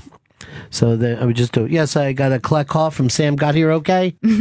Oh, they won't accept the charges? All right, fine.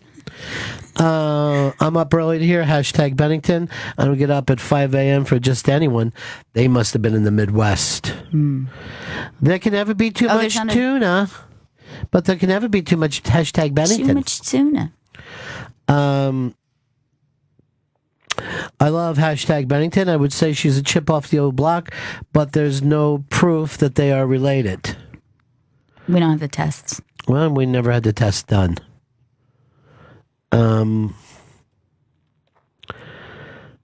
The only thing better than hearing hashtag Bennington on the radio is hearing two Benningtons. Outstanding. This is weird. What's this feeling my radio is giving me? Love, life, and hashtag Bennington. These are really nice. Yeah, they are nice. Really thoughtful. You know why? First show. That's when they're nice. Kind to you. Hashtag Bennington is great. Her dad isn't bad either. Actually, it's just the opposite. Every new market I went into, they fucking hate it right off the bat. Change. People don't like change. Well, yeah, it's change. Change is difficult for everybody. Do we need to break again here? I don't know the morning routine yet, or we can keep rocking along. 866-RON-0-FEZ. 866-RON-0-FEZ. By the way, when we were talking about only so many albums that you need, do you think that directors get better or worse with age? I think that they peak just like a band or a musician. I think that they peak. I think Woody Allen is an example. No? Yeah, but he had such a run. I mean, the only other that I've ever seen come close to Woody Allen's comedy run is the Coen Brothers.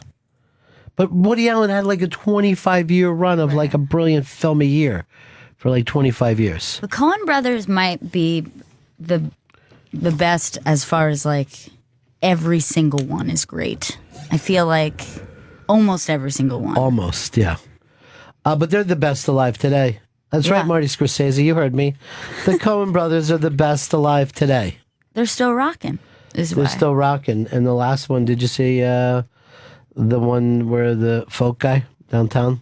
Oh, I didn't see that. So you're not keeping up, dude. You know I got to what? get better at that.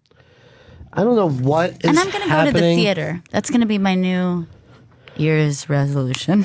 We're not even close to New Year's. But I celebrate it in the fall as my new year. I've always thought of the fall as You know the new why? year. School. School. New Year's school. I think I never got over school. It's the new year. It's a new year. It's a new time. It's the why Wiccan New Year.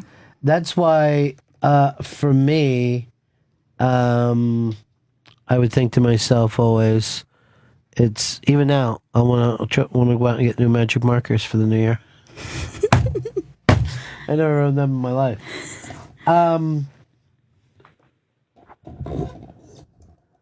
Here's Chris. Chris, you're on the Run of Fez show. Hi, going back to what you were talking about with older movies and underage relationships, in Raiders of the Lost Ark, alluded that Marion was 12, 13 when she had a relationship with Indy, because she says it was about 10 years ago, and she's 22, 23 in the movie. That's creepy. Yeah, she said I was a kid or whatever. That's and he really is, or at least seemed a hell of a lot older than him. Yeah. Is that the one too where the girl, his student, like blinks? And Yeah. She writes, "Love." Yeah, something you," weird or like something that. Yeah, that was really a strange scene too. It doesn't fit the rest of the movie. Well, it's also, Spielberg had this real odd lock sexuality. Did you ever see that movie 1941? Mm-mm. All right, so Spielberg makes this giant flop of a movie right after he makes Jaws and Close Encounters, and he makes this big, shitty World War II comedy. And part of it is that a woman would be looking at like an airplane and being turned on because of the shape of it. And she would be, like, oh my God. And you're just like, what the fuck? And it's a comedy? Yeah. I mean, Belushi's in it. Why do I have no idea what you're talking about? It's I have no idea. It came out in like 1979, 1980. and it was this flop that came in between, like, before he started doing Raiders and E.T. and all that, Yeah. but after Jaws and Close Encounters.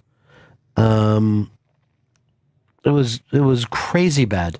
I mean, it was so fucking bad that people would like go to his house and just say to him, "Give me my money back right now." I didn't enjoy that. I didn't enjoy your film, and it makes me angry. That's the thing that he's lucky about, is that there was no internet then, and he could just go and sit in his fucking hot tub and just drink and just say, "All right, I'll do another movie."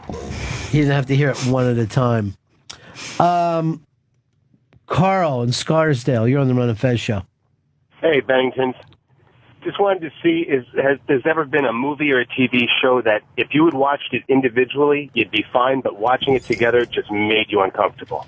Oh, with me and Gail? Yeah. Porn. I think porn is so difficult to watch as a family. Difficult. Yeah.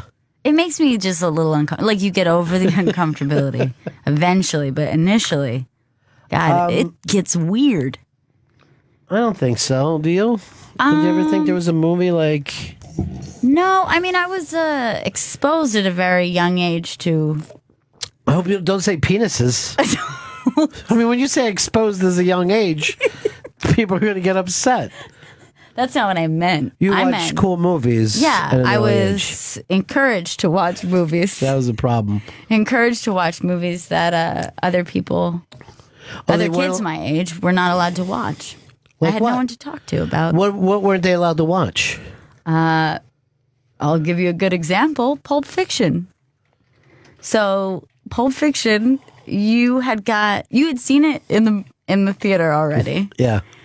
But somebody gave you like a screener or something. Right. So you had it and you were like really into it, so you wanted to watch it again. Uh-huh. And I was a kid and you said, hey, so we're going to watch this movie and I just want to, just talk to you before it starts. Just give you a little heads up about what you're going to watch. It's edited in a way that it's not a linear story. So just don't worry about trying to put the story together. And there was no explanation of the violence. Bad dad. It was only about just let it wash over you the first time. And then... That's awful. And then you will pick it up. You'll pick it up halfway through. You'll see there's little... Oh, that's weird. I'm scared. Were you scared watching it? I thought that you would have loved fucking I did Pulp love Fiction. it. I did love it. I still do. I'll watch that movie anytime it's on. Any time of night. Doesn't matter what I'm in the middle of doing. I'll still watch it. I don't get sick of it. All right, I'm going to read some of our tweets. So they're still up there Just at the nice number ones. 2. Mo, hashtag Bennington, Mo better. Hashtag Bennington is an American institution already. I'm too young to have seen the moon landing, but at least I'm live to hear hashtag Bennington. Hashtag Bennington is like angel butter for my ears. Angel butter? That sounds like something you don't want. Opie Radio is now home printing hashtag Bennington shirts. 11 less stents, hashtag Bennington. Double rainbow, no, it's double hashtag Bennington. All right, now people are actually stealing and getting into our tweets things to sell their products. When you start to trend, other things that are like selling Vema or whatever will try to jump into your hashtag Twitterverse. People get in trouble for that too. Like they'll do it in a not so tasteful way. No, none of them. Yeah, then I can't remember. There was one recently. Yeah, it's always some kid's job to try to jump into things and like, hey, this guy's out there and he's running our social media. I mean, we've got everything now. We got Pinterest and all, and then he'll jump into something that is like a baby murdered, and then he'll say, maybe the baby's murdered, but for your alive baby, you want to make sure that they get... Man, I'm really embarrassed over that Pulp Fiction thing. No, it's a nice story. It's a good story. And it's a good movie. I did enjoy it. By the way, Tarantino, I will watch every film for the rest of his life. Sure. Every film for the rest of his And that's not that's not a popular thing to say. It is with me. I know it is, but it's not a. I don't care about that blowback either. There was a lot of blowback. And that's why if they try it with Ricky Gervais, I'm going to stand shoulder to shoulder with Ricky too if I need to. Brian in New Mexico, you're on the Ron and Fez show. Hey, Ronnie, did you see Steven Spielberg's first movie? It was with Dennis Weaver, and this big semi-truck was essentially the antagonist. Yeah, it was basically Jaws with a truck. It was a TV movie. Yeah, 1974, I think. But, I even remember when he was on... He had done some kind of TV show that was like a Hitchcock or something, but I don't think it was a Hitchcock, about a woman who had paid to get new eyes, right? And she had taken eyes away from somebody who had owed money. And the second that she got her eyes put into her head, she could see. She was a blind person, right? Mm-hmm. And she's like, and you just say it, and she's in New York City, and the lights go out. And she's in a fucking blackout in New York, and the eyes were only supposed to last for so long, and she'd gotten them through some immoral thing. Why did the eyes only last so long? It was considered science fiction at that time. So she knew she was going to get the eyes. She would get her sight back for like 12 hours, and the blackout happened right at the time, and it's fucking scared the shit out of me when I was a kid. Really? Yeah, and what she got a... Oh, you know what? It wasn't Hitchcock. It was the other guy. It was like Night Gallery. Night Gallery was like the Twilight Zone guy, Rod Serling. It's like a follow-up show. It sounds like a Twilight Zone. They did some fucked up things on that show, man. And by the way, my dad let me watch them without making a big deal about it. And everything worked out okay. It was a nice story. I know, but, that's the thing. I mean, you do what you can. Teach the children. The more you love it, the more it loves you back. Hashtag Bennington. Don't be a lemon, be a Bennington. Hashtag Bennington. Hashtag Bennington fan since day one. Breakfast with hashtag Bennington. A duo in So Nice, they named a city in Nebraska after them. Hashtag Bennington. Hashtag Bennington? More like hashtag Bestington. Hashtag Bennington times hashtag Bennington equals heart squared, then another little heart. Gary Spivey predicted this day would come. Hashtag Bennington. I believe he did. I love my dad, but he doesn't have 5 radio shows. Hashtag Bennington. I only have 4 radio shows. But Poor current. Yeah, most of them are in real trouble right now. And most of them are just borderline holding together. No, that's not true. Yeah. You have a good team. No, it's a bad team. It's a really bad team. That's not true. They showed up for you today. It was so yeah, it was really funny. We walked up here this morning, and cute. 2 of the 3 guys were here. But yesterday I had a post-show meeting, and I don't want to make a big deal out of it, but I'll just say Shelby threw up during the meeting, and Chris Stanley shit himself. Now, this didn't happen.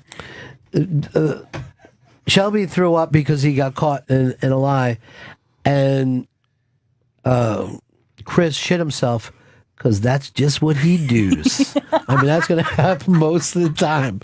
He doesn't worry about it. He doesn't worry about it. He was in a bouncy house and pissed when he was a little kid. He said he was so happy to be in a bouncy house that he pissed himself and just kept bouncing. Yelling, "This is great." Well, when you're a kid, you remember that feeling of like you're doing something and you just don't want to stop doing it. You're not mature enough to realize we had the a kid best in thing our, to do is to go pee at this moment. We had a kid in our neighborhood that would piss himself all the time because he didn't want to miss anything. Yeah, that's what and I'm then talking about. his mother came and said to me, "Look, could you remind him to pee?" And I was like, "You're another kid?" Yeah. And I go, "Well, because I said we were out playing by ourselves." And I said, "Of course I will." And then he would be like, he would go like this. "Okay, I'm going to go back to my house for a minute." I go like this. "Shh, wait, is that the ice cream truck? Listen. I think it's coming, and he would just start to piss himself. So cruel. Cruel, or a way for people to interact in a time before the internet. For these. Yeah. This isn't Before real. man landed on the internet. This isn't real. No. See No, this? this is real. Real. Real. This. Real. This over here, You're these real. pens. Real. Real. Real. This lizard. Real. This light switch. Real. Real Topeka people. What about Cameron Crowe? Will you be hit with him for everything? I will never turn on Cameron Crowe. He has my love for life. For that movie, right? Yeah. I know. He doesn't have to do a million good things for me to back him up. I know. I think he's got another movie coming out that I want to see this year. What's that? I don't know. I think it's We Bought a Zoo 2 or something. It's going to be great. Pulp Radio, hashtag Bennington. Take 2, hashtag Bennington, and listen in the morning. This show makes me happy enough to hashtag Bennington in my pants. Loving these two strangers, learning about each other, hashtag Bennington. These are fun. These are good. Hashtag Bennington, 1-800-RON-0-GAIL. It's hip to be hashtag Bennington squared. These are Your nice. chance to do it. They're all nice ones. Bob, you're on the Run and Fez show. Hey, Ronnie, how are you today? Good. Just called again to congratulate you. You know, there's very few entertainers who are known by one name, like Cher and Bono, and you're now in that group. Elvis, just want to call and congratulate you on that. Bennington. Wow. I just got this. Bennington. I just got this thing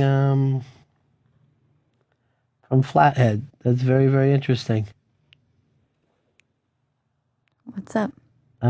He's doing very, very good. He's running a new thing for abstinence. He's got a new record for himself. That's really great. Jason, you're on the Run and Fez show. Hey, morning, Ron. Great show. Yeah. I love it. Gail, I have a question for you. Anytime you brought a date home with your father, I'm not saying it was Ron, I'm just saying whoever your father is. Right. How would they treat your dates or like that? I mean, was he strict or was he pretty cool with them, or how would that go? I think there's a quiet intimidation that happens. Really? Yeah. I've witnessed it. I never thought so. I thought it was incredibly cool. You were cool, but Yeah. I think that you had to also establish, and you do it with just a look, presence.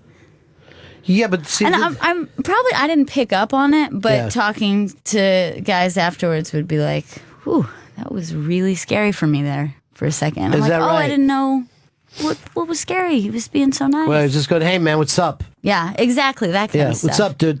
Maybe a firm shake that I wasn't No, in on. no. But I would never look. There But was you've always been a. Well, see, I'm going to give my thing on that is that you cannot, and I know this from like before, you were old enough to date or anything, from having sisters, that you cannot exert your will over women because it won't work. And it's really people, because when it comes to matters of the heart, I think it's a very dangerous game to wedge yourself between. You can only stand outside and say, "Let's see how this plays out." I and hope be they wake up to what they're doing wrong. Right. But But the second somebody starts saying, your girlfriend is not okay, your boyfriend isn't okay, I have a problem with your husband, Yeah. you're asking for a divide between you and that person. Yeah. And it's very dangerous when it's, I think, a parent-child relationship. No, you're right. You're right. You've kind of Look, got to they just showed our street sitting right up front on TV while we're doing this. Is this for? But I never thought I went out of my way to do that. But yeah, I mean, I would. But that thing that you're saying, I probably would do with any man, no matter what the circumstances. Right. That's true. That I think you probably have to establish a little dominance. Well, I don't think it has to be dominance, but I think it has to be, here's a place, you know what I mean? Right. This is not a good, thing to deal with. It's better to be friendly. Let's be friendly. Yeah, let's be friendly and not be fucking assholes. We are still at hashtag number 2 has stayed up all day, which, by the way, It's really on the Ron and Fez show, we've hashtag trended many times, but never for the entire length of the show. It normally just be like a joke thing that we do, and then it drops back down again. Yeah, that's cool. Yeah, it is really, really weird and cool. Hey, Garrison, you're on the Ron and Fez show. Yeah, Ron, I know you're known, or not exactly known for being an early riser. I was just going to work out for you doing this, 2 shows back to back, getting up. I mean, when the long intro started, was that about the time your alarm clock went off, or? I'm not a morning person, but I just was talking with Don Wiki Wicklin, and I'm also going to start doing a live midnight show. So it's starting to look good. I'm looking over the clock, and I'm starting to be able to fill everything in. Just get it all. Just stay on the air. Just stay on the air, dude. A lot of coffee. Still on the air. Making things happen. We're going to break here. We will be back. It'll be cool if we can keep the hashtag Bennington up for the whole show. I'll read some of those off. And look, here's the thing. I found out some stuff. So I didn't know that anybody said that was weird or intense. Yeah. It's a good thing. Not our guy now, though, right? No. That's the most comfortable I've ever been with. I know. You really like him. Well, That's he's cool. from the right city. You know what I mean? He's from the correct city and roots for all the right teams. Exactly. I mean, some of those dunces, what could I fucking tell you? That's fair. It's more than fair. But I was always cool. You were always cool. Right back, 866 Ron Zero Fez. It's Bennington. Bennington will be right back. Opie Radio, XM 103, Sirius 206. This is Bennington, Opie Radio, XM 103, Sirius 206. We did a couple of things with her dad before, too. 866 Ron Zero Fez. 866 Ron Zero Fez. Kill Bill? Was that or Kill Bill Volume 2? Which one? One.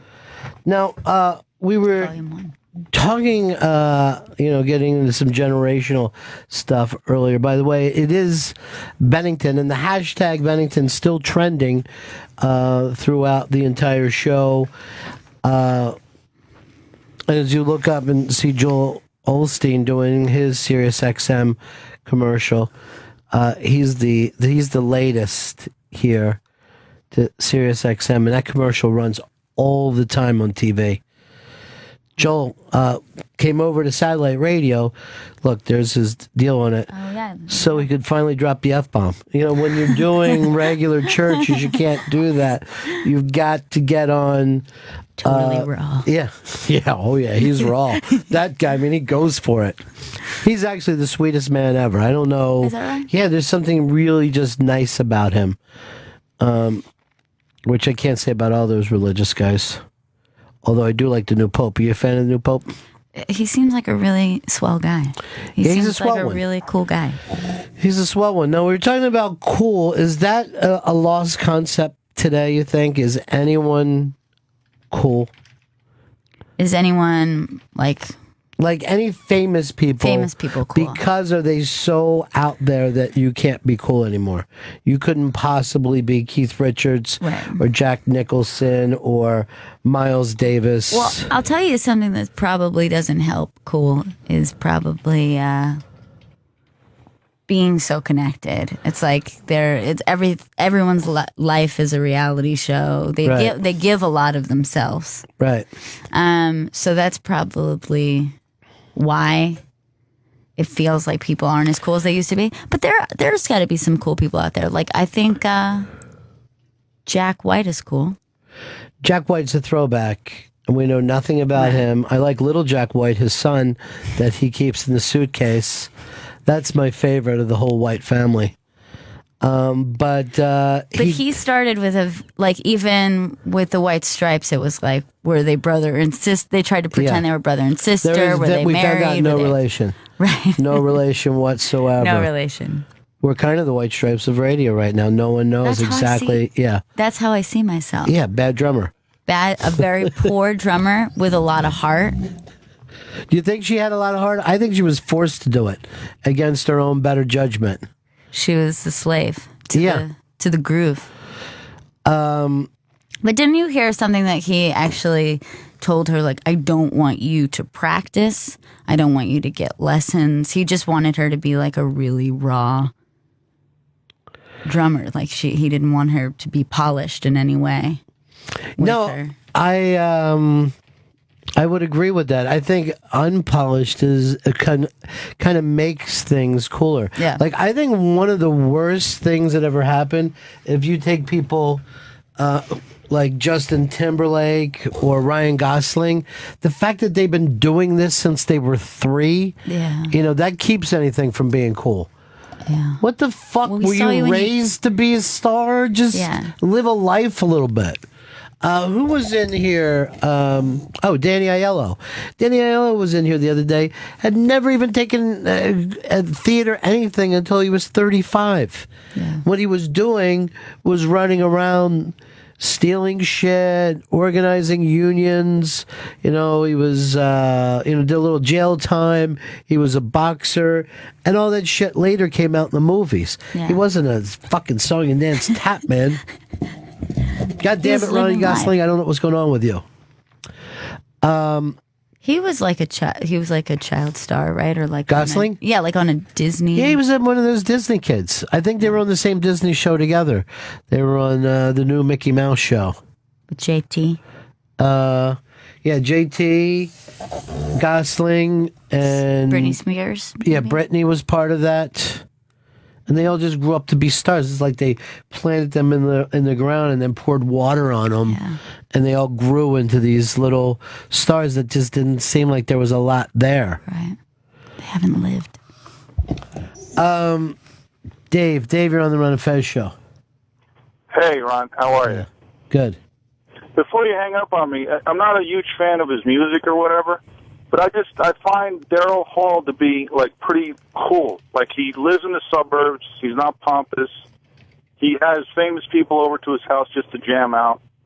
Daryl's house is one of the coolest things that's ever happened to the planet Earth. And he's also a great singer.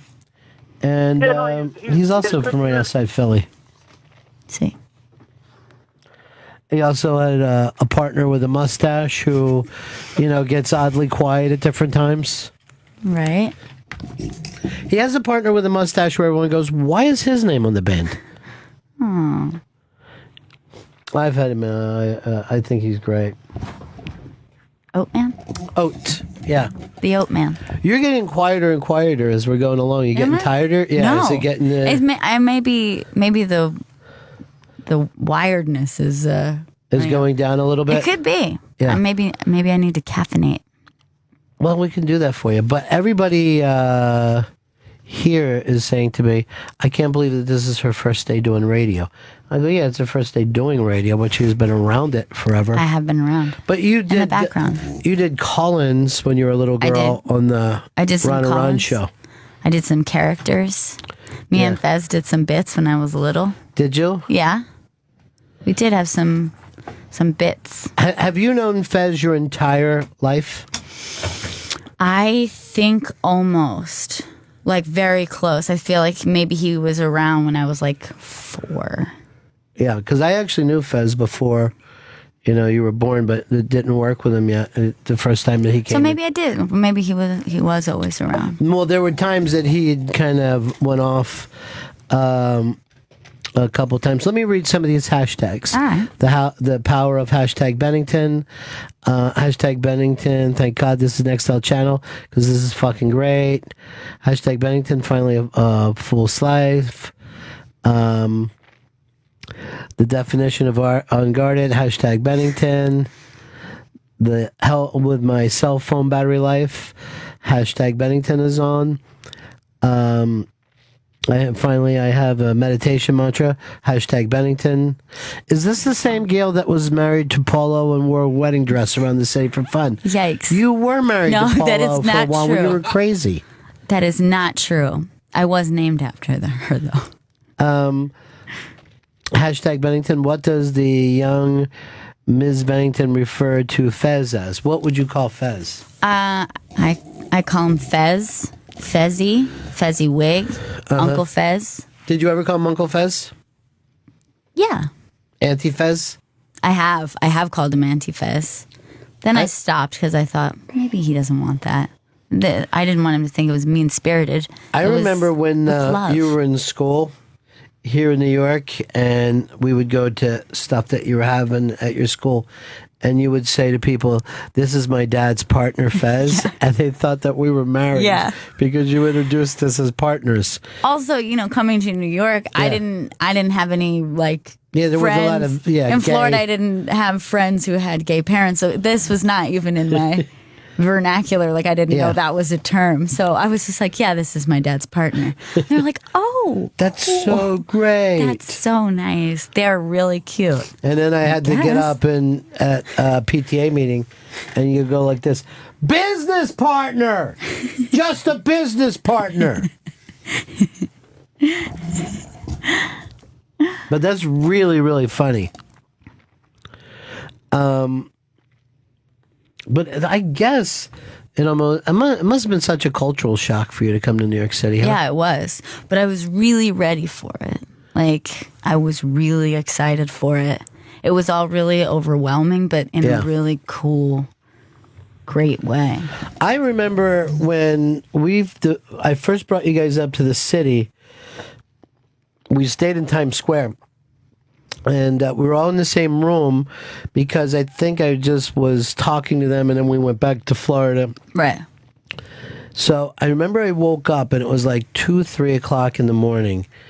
And I look up in the hotel room, and I just see you and your brother, and you were staring out at Times Square, and I just could make out the silhouettes and see all these lights and all. And I'm like, wow, this is really weird. This is an aggressive thing to do with some kids. But then I was thinking, that Times Square is completely gone. The one that you guys fell in love with that time. You know what always reminds me of it? I'm forgetting the name of the movie, but it's this Irish family comes to New York. Oh, Do you remember I love that movie, yeah.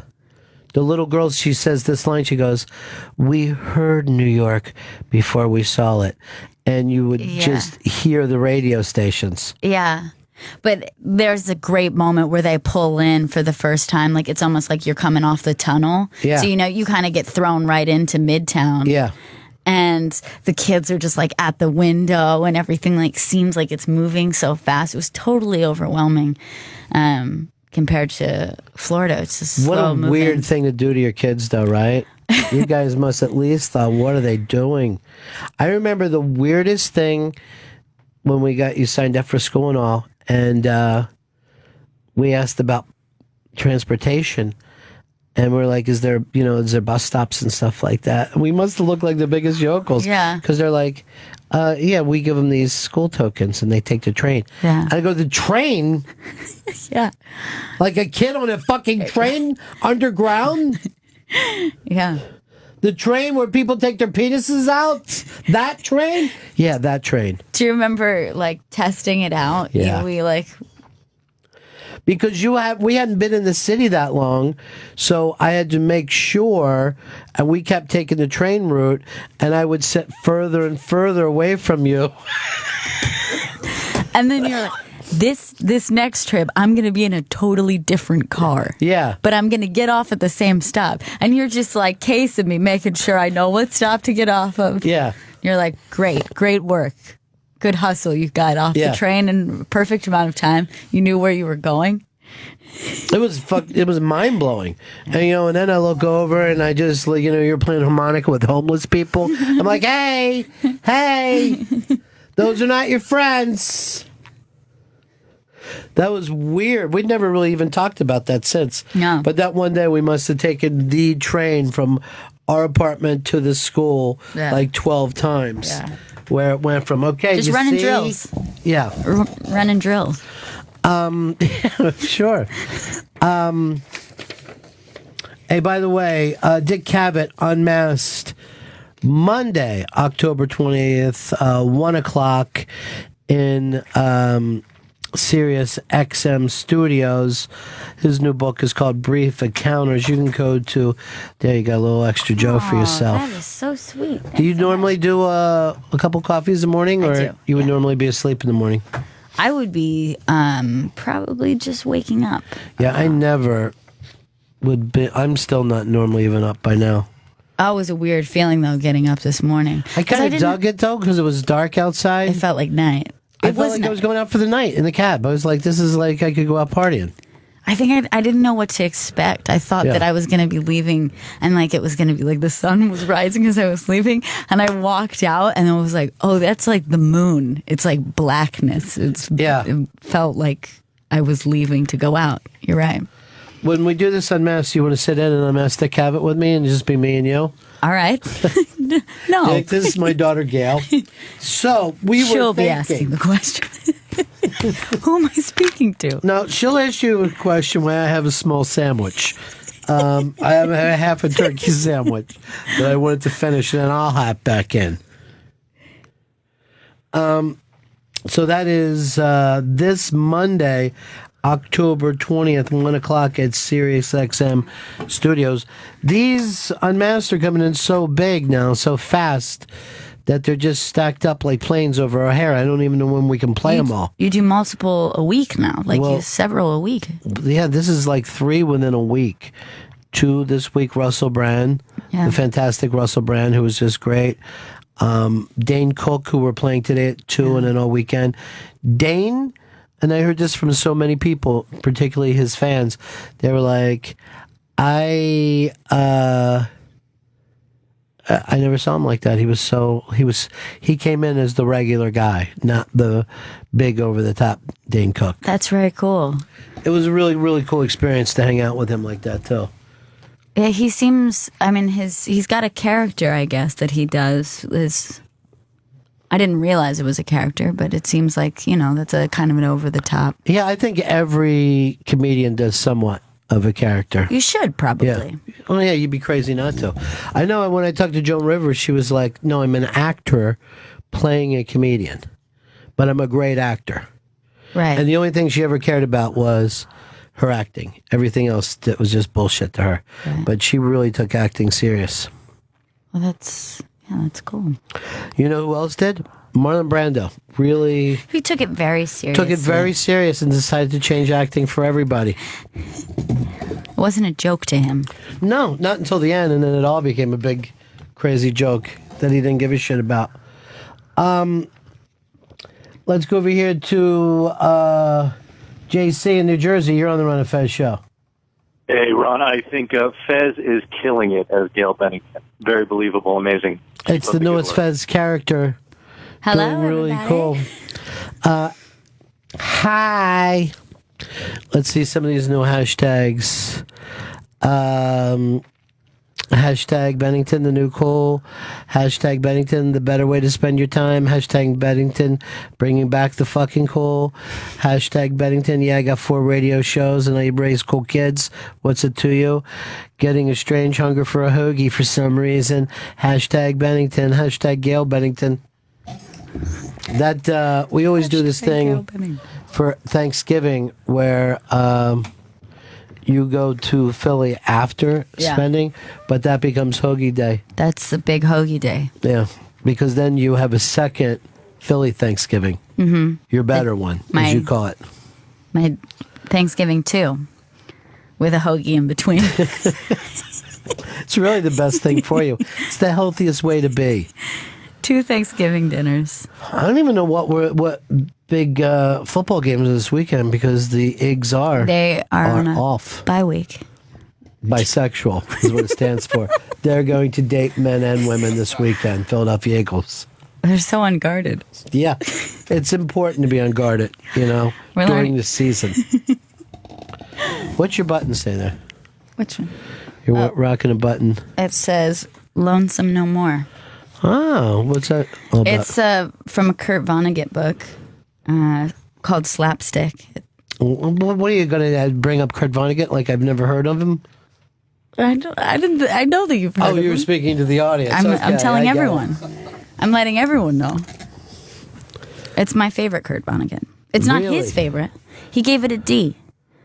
He was given, there was like an interview or something with him where he went through and graded all his books, and he gave that one a D. But when he discussed it, it sounded like for lack of a success, he gave it a D, not because he didn't think it was a good book. But it's a great book. Why would anyone go back and grade their work? I don't know. He just was trying to be honest. He was the coolest, though, right? He was the best. You know, I saw him once on the street. Never saw him. Saw him once walking down the street in New York City. Because he used to live right around here in Turtle Bay, not that far from here. And it was like, it was like seeing something that it was like seeing Fred Flintstone or something. Like, it was so far gone to me that I couldn't believe what I was seeing. You can put that on the list of regrets there. I never got to meet him, see him. It was very heartbreaking. I didn't know that you had a list of regrets. That's so sad that you keep that. Well, I just meant because we were talking about bands we didn't get to see. Yeah. I just thought I'll throw Vonnegut in there, even though it's not a musical act. You will get to see him in Author Heaven when you go to Author Heaven. Where's Vonnegut? I saw Kerouac yesterday. It's going to be so great. Vonnegut today. I'm trying to think. I'm going to Dog Heaven. You know, I mean, if I'm going to go over my favorites, it's embarrassing to say what I would probably pick because it's his most successful work. Slaughterhouse. Yeah, I shouldn't even pick He gave it an A, so there you go. Oh, he did give it an A. He gave that one an A. He proudly gave Slaughterhouse an A. As he should. It's a great book. I'm just saying I have a personal connection to Mother Night is actually it's one of my all-time favorite things that could ever happen. Breakfast of Champions. Weirdly, I love Jailbird, and I know everybody didn't. I got to sign Vonnegut, you know. What? Someone gave me Galapagos. It's signed by him. I knew that. That's really cool. I would leave it to you, but you know, I don't want everybody wait until I'm dead, so you can have it if you want. It was given to me as a present from a listener. That's a great present. Yeah, I don't know whether they signed it themselves though. No, I know that they didn't. But you'll be leaving it to me. Yeah, I guess Put it in so. the will. Cat's Cradle I dug too. That's a great one. I actually think that Mother Night might be my favorite. Because that's the whole thing of we become what we pretend to be. You Yes. know? I love that saying. Because it happens to you so many times in life. That's very That you're true. like, I'm going to act like I'm, doing this job for a while. And then before you know it, you're that guy. You're that just doing dude. it. Yeah. And that's a positive and a negative. You can turn things for the better in that way. You can say, I'm going to act like somebody who's I'm going to act like a better person. A better person. I'm going to act happy. I'm going to act confident, even though maybe I'm not feeling confident. So there's positives to that as well. I'm going to act like a baby and just start bitching about everything and scream until I get my way. Yeah. The Texas nurse being moved for Ebola. Oh, it looks like a boy. crazy movie. That looks like E.T. Yeah, there's a thing. I was just reading an article this morning. Within 3 weeks, half the country is going to have Ebola. No. Within... Please, God, no. Within 7 weeks, the only of us still alive will envy the dead. Terrifying. That's scary. I Yeah, hope that doesn't bother me. happen. I've had a nice life. What am I going to do? You Some know? people still have a lot of life left. Even I think a baby's had a nice life. We've all had nice lives when you think of it. Yeah, except for abused babies. They haven't had the worst life. Yeah, they have the worst life. This is so sad. I think the only people I do getting feel really sorry dark. for about this Ebola is abused babies. Rochelle in Jersey. Hi. Hey. I Hi, Bennington. I was just trying to say, if I had to meet anybody in author heaven, it would be Ray Bradbury. I really like Ray Bradbury. He's on my list of regrets that I never got to meet him. I told Chris to get me Ray Bradbury. And it was right before he died. There was a book about him that he'd done with another guy. And it was looking like he might come in. And he was doing this really heavy Republican stuff. You know what I mean? Like real right-wing stuff. And I'm like, I don't give a shit. I'd love to have him on. And because he was the guy that got me into science fiction for real. He makes science fiction cool. You think so? Yeah. He was the guy? Yeah, I think he does. I think he approaches it in a way that it's a mystical thing as opposed to a scientific thing, nerdy thing. Well, and Carl Sagan. I think Carl Sagan did as well. Yeah. Carl Sagan, please. What did he ever do with his life? What when was it that Bradbury died? That was when was it? Just a couple years ago. That was pretty recent. Yeah, 2012, from what I understand. 2012. Have you read the Illustrated Man? The short that was stories? the first one. That was given to me by my brother. Is that right? Who you know as well. I've met him, but he's never answered back to me when I was talking to him. I actually had to read the Illustrated Man as a punishment from a teacher. I had to stay after school and read a book, and I reached over and pulled that one out. Wow! And I read it, and then it was the woman's name was Miss Tiaflack, and I said, "Hey, you got any more of those Bradburys? That might be a good way to get started around here." Right. And I loved them. There's actually a movie, Illustrated Man. Have you ever seen it? I haven't. It's really not good. But well worth seeing. I got into science fiction a lot when I started to be a kid, and that finally got me into reading novels and stuff. It's the best to be brought in on one level, you know. Yeah. Also, short stories are good I think, for young people too, like into fiction or into like reading in general. It's like the attention span. But you know why do we always just act like reading is so good for the young? I was talking about this the other day, and I'm like, why don't we go back and read all those classics that they try to force on all the time? School? There's so many books that were just wasted on me because it just the timing wasn't right for it. But why do we act like when someone goes, "Oh, did you read Moby Dick?" And you're like, "Yeah, in 10th grade." It's for kids.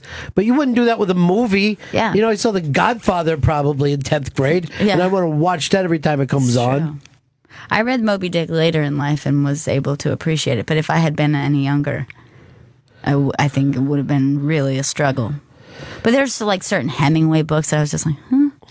And I would like to reread them because I feel like Hemingway, especially a young woman, is maybe going to have a hard time connecting to that. It's hard for young women to read books about sleeping bags and fucking fires. We cooked the beans over the fires. It was good. But Hemingway, I remember reading that, thinking to myself, hey, you know what? Maybe I could write. Get myself into a war or two. Maybe I'm a writer. I don't know. I sit there and chicken scratch. I still think out of all the arts, that's the most impressive thing to do. It is. Write a novel. I think... More than visual arts? Anything. More than making a film. Yeah. More than, Broadway. More than painting. I think that would also be really cool to hold something published. That kind of physical accomplishment. You're just holding I would like to read it out to people.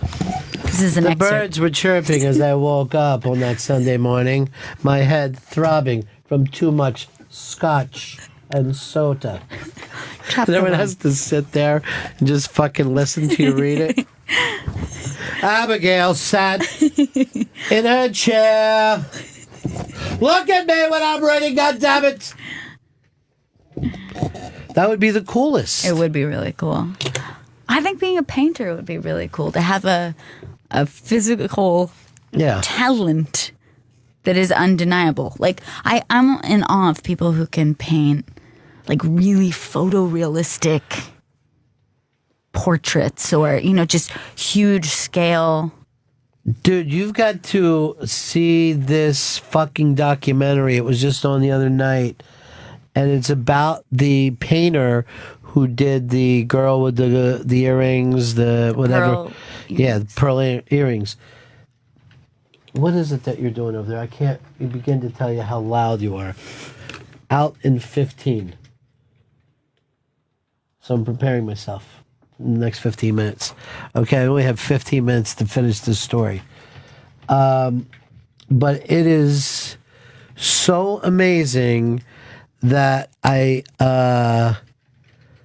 sat there and died because this guy went back to recreate some of that stuff because some of it was more or less cheating, more or less. Right. There was photography in those days in a certain way. Oh, yeah. There were ways of, but it was photography with painting. It's amazing. I'm not going to give away any more of it. Yeah, I'd But like you to can see go back. Yeah, Vermeer is the painter, but basically he was using mirrors and stuff and putting the image Oh, and then I see, copying yeah. in, Yeah. the Tracer. image. Yeah, he was somewhat of a tracer. It's stunning. It's a stunning documentary. By the way, documentary film has gotten so much better. It has, yeah. I've got 15 That was minutes helpful. to wrap this up. 15 minutes. That's helpful. To wrap this one up. 866 Ron Zero Fez. 866 Ron Zero Fez. I will be doing the Ron and Fez show later on this afternoon, and Artie Lang is going to be a guest today. Is that correct? Artie Lang will be in. He's got a big show this weekend on Comedy Central. I think it's called The Stench of Failure, which is hysterical. Also, I've been told this. Bennington replays this Sunday at 4 o'clock and will be available on demand later today. And the next Bennington is Friday, October 31st. That's in 2 weeks. Spooky. Now, yeah, that will be our big That'll be this Halloween series that we work on.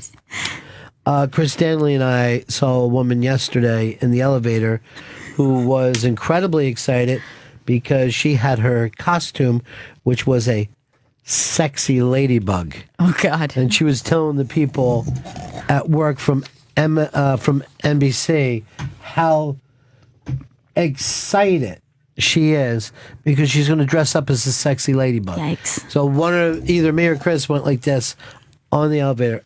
Ew. Just, ew. Did we she were hear? just discussing. Yeah, they all heard it. Oh, God. Those NBC people, even when they outnumber you, they still don't want to physically fight.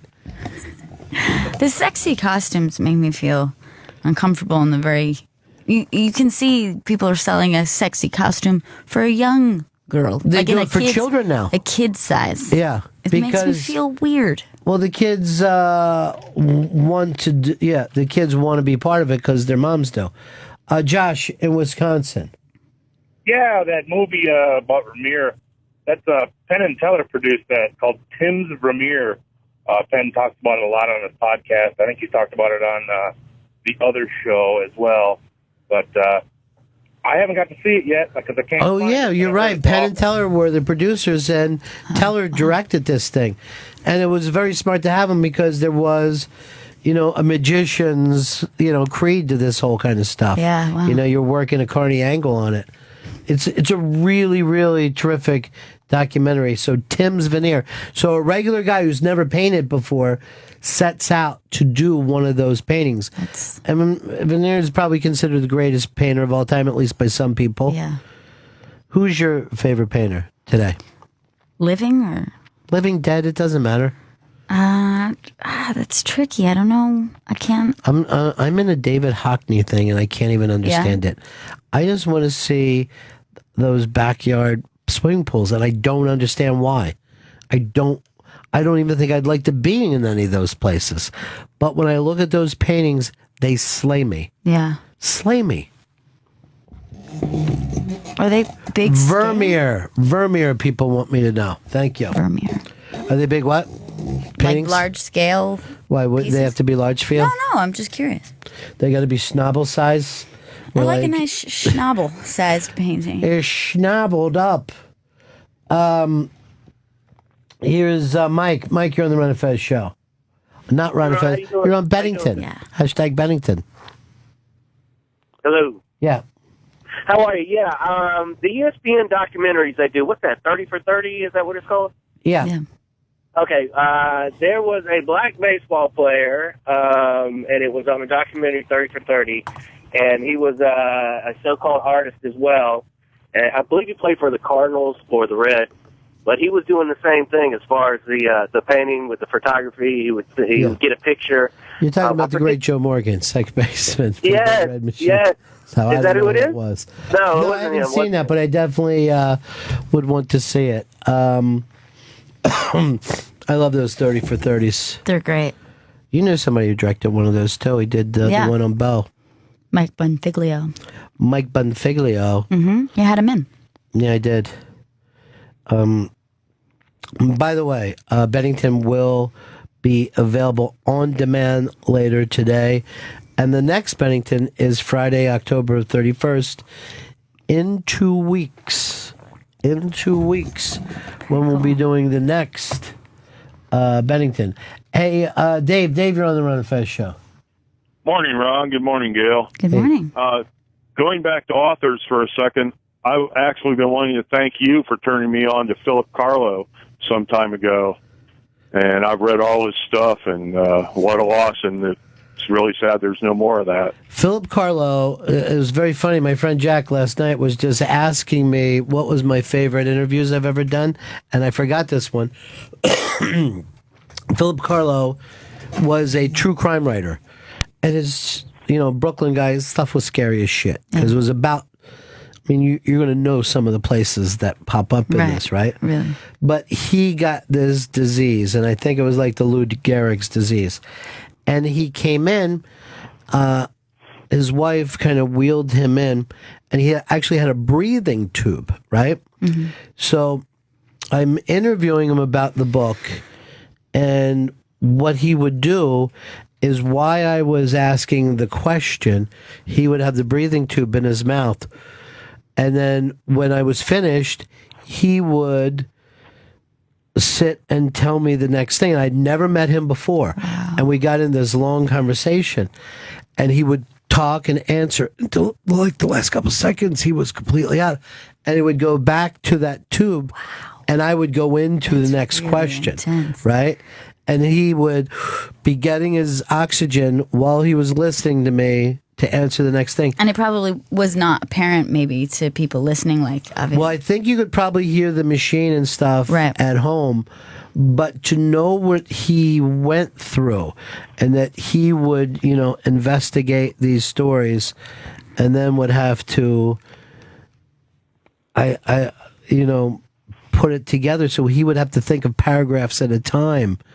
You know what I mean? Yeah. Before he could start to write. He was an extraordinary guy and an incredible guy, beautiful wife, and they kind of lived as almost one person. He was he was so dependent on her that he would die if she wasn't there to do these things. But he was incredibly a cool dude. Like, he was a guy who was friends with Mickey Rourke and used to hang out in clubs in the cities and stuff back when it was like a really badass town, He was one of the most interesting people I've ever met. I've got to meet so many interesting people in this job. Here's Jay and PA. You're on the Run and Fez show. Hey, Ron. Hey, Gail. Yeah. Ron, in my opinion, you have a brilliant mind, and your other shows that I've listened to, that shows through with your questions and with your wit and humor. I'd like to say thank you, because I think in this show, you've done something braver than anything, which is let us have a little peek behind that curtain, and we got to see a bit of the whiz.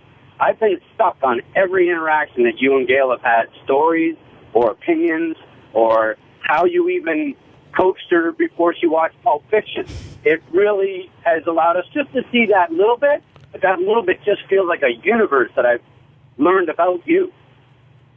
Well, thanks. It's really weird. By the way, people pointing out that every time I go to the phones, I do say the Ron and Fez show. I should have to put like a quarter in the tip jar. Well, we got to get ready to wrap this one up. Did you have a good time in here today, Gail? I had a great time. Thank you so much for doing this. This was really weird and cool, and it was an awesome experience to finally do this with you. It was incredibly crazy, but I remember when I got the idea, and I thought, wow, this would really weird everybody out. And when I said it to you, you weren't 100% on board. Yeah, well, I'm a guarded person as well. Are you really? Yeah, I'm very private. I'm a private person. I'm going to come off that way. Really? Yeah. But that's because I'm around you. I'm very comfortable with you. I've known you most of my whole life.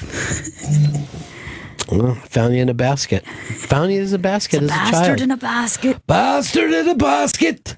There you are. This is a family operation. My daughter's here with me. We'll get you some steak and milk, right? That's how we get our hearing back. Steak and milk. What are you looking at? So we got to wrap this up, but this was really, really cool. Thank you so much. We'll have to see what happens on Halloween by October the 31st if you want to stop in. Now, I'll be doing the Ron and Fez show over on Raw Dog, and then at 3 o'clock today, Sam will be doing the show that he calls Sam's House of Pancakes, and it's a cooking show that he does, but it's a little different from anything else. He stalks, hunts, kills, slaughters, and then cooks the food up himself. Today, it's buffalo. Now, the Indians would use all of the buffalo except for one part. What part is that? The dick. They would not use the dick. And there was some religious reason to, and this was all the Native American tribes. And the reason there, and it might have been a superstition though, while they would not use that part of the buffalo, you know what it was? I don't know what it would. Because it was the dick, and they did not want to eat it or make it into a jacket. So that's it. We're wrapping up. Thank you, everybody. Thanks so much. See you again in a couple weeks, or you can listen to Ron and Fez just on the other channel. See you guys later on. You've been listening to Bennington, only on Opie Radio, XM 103, Sirius 206. You can listen to it again by going to Sirius XM On Demand.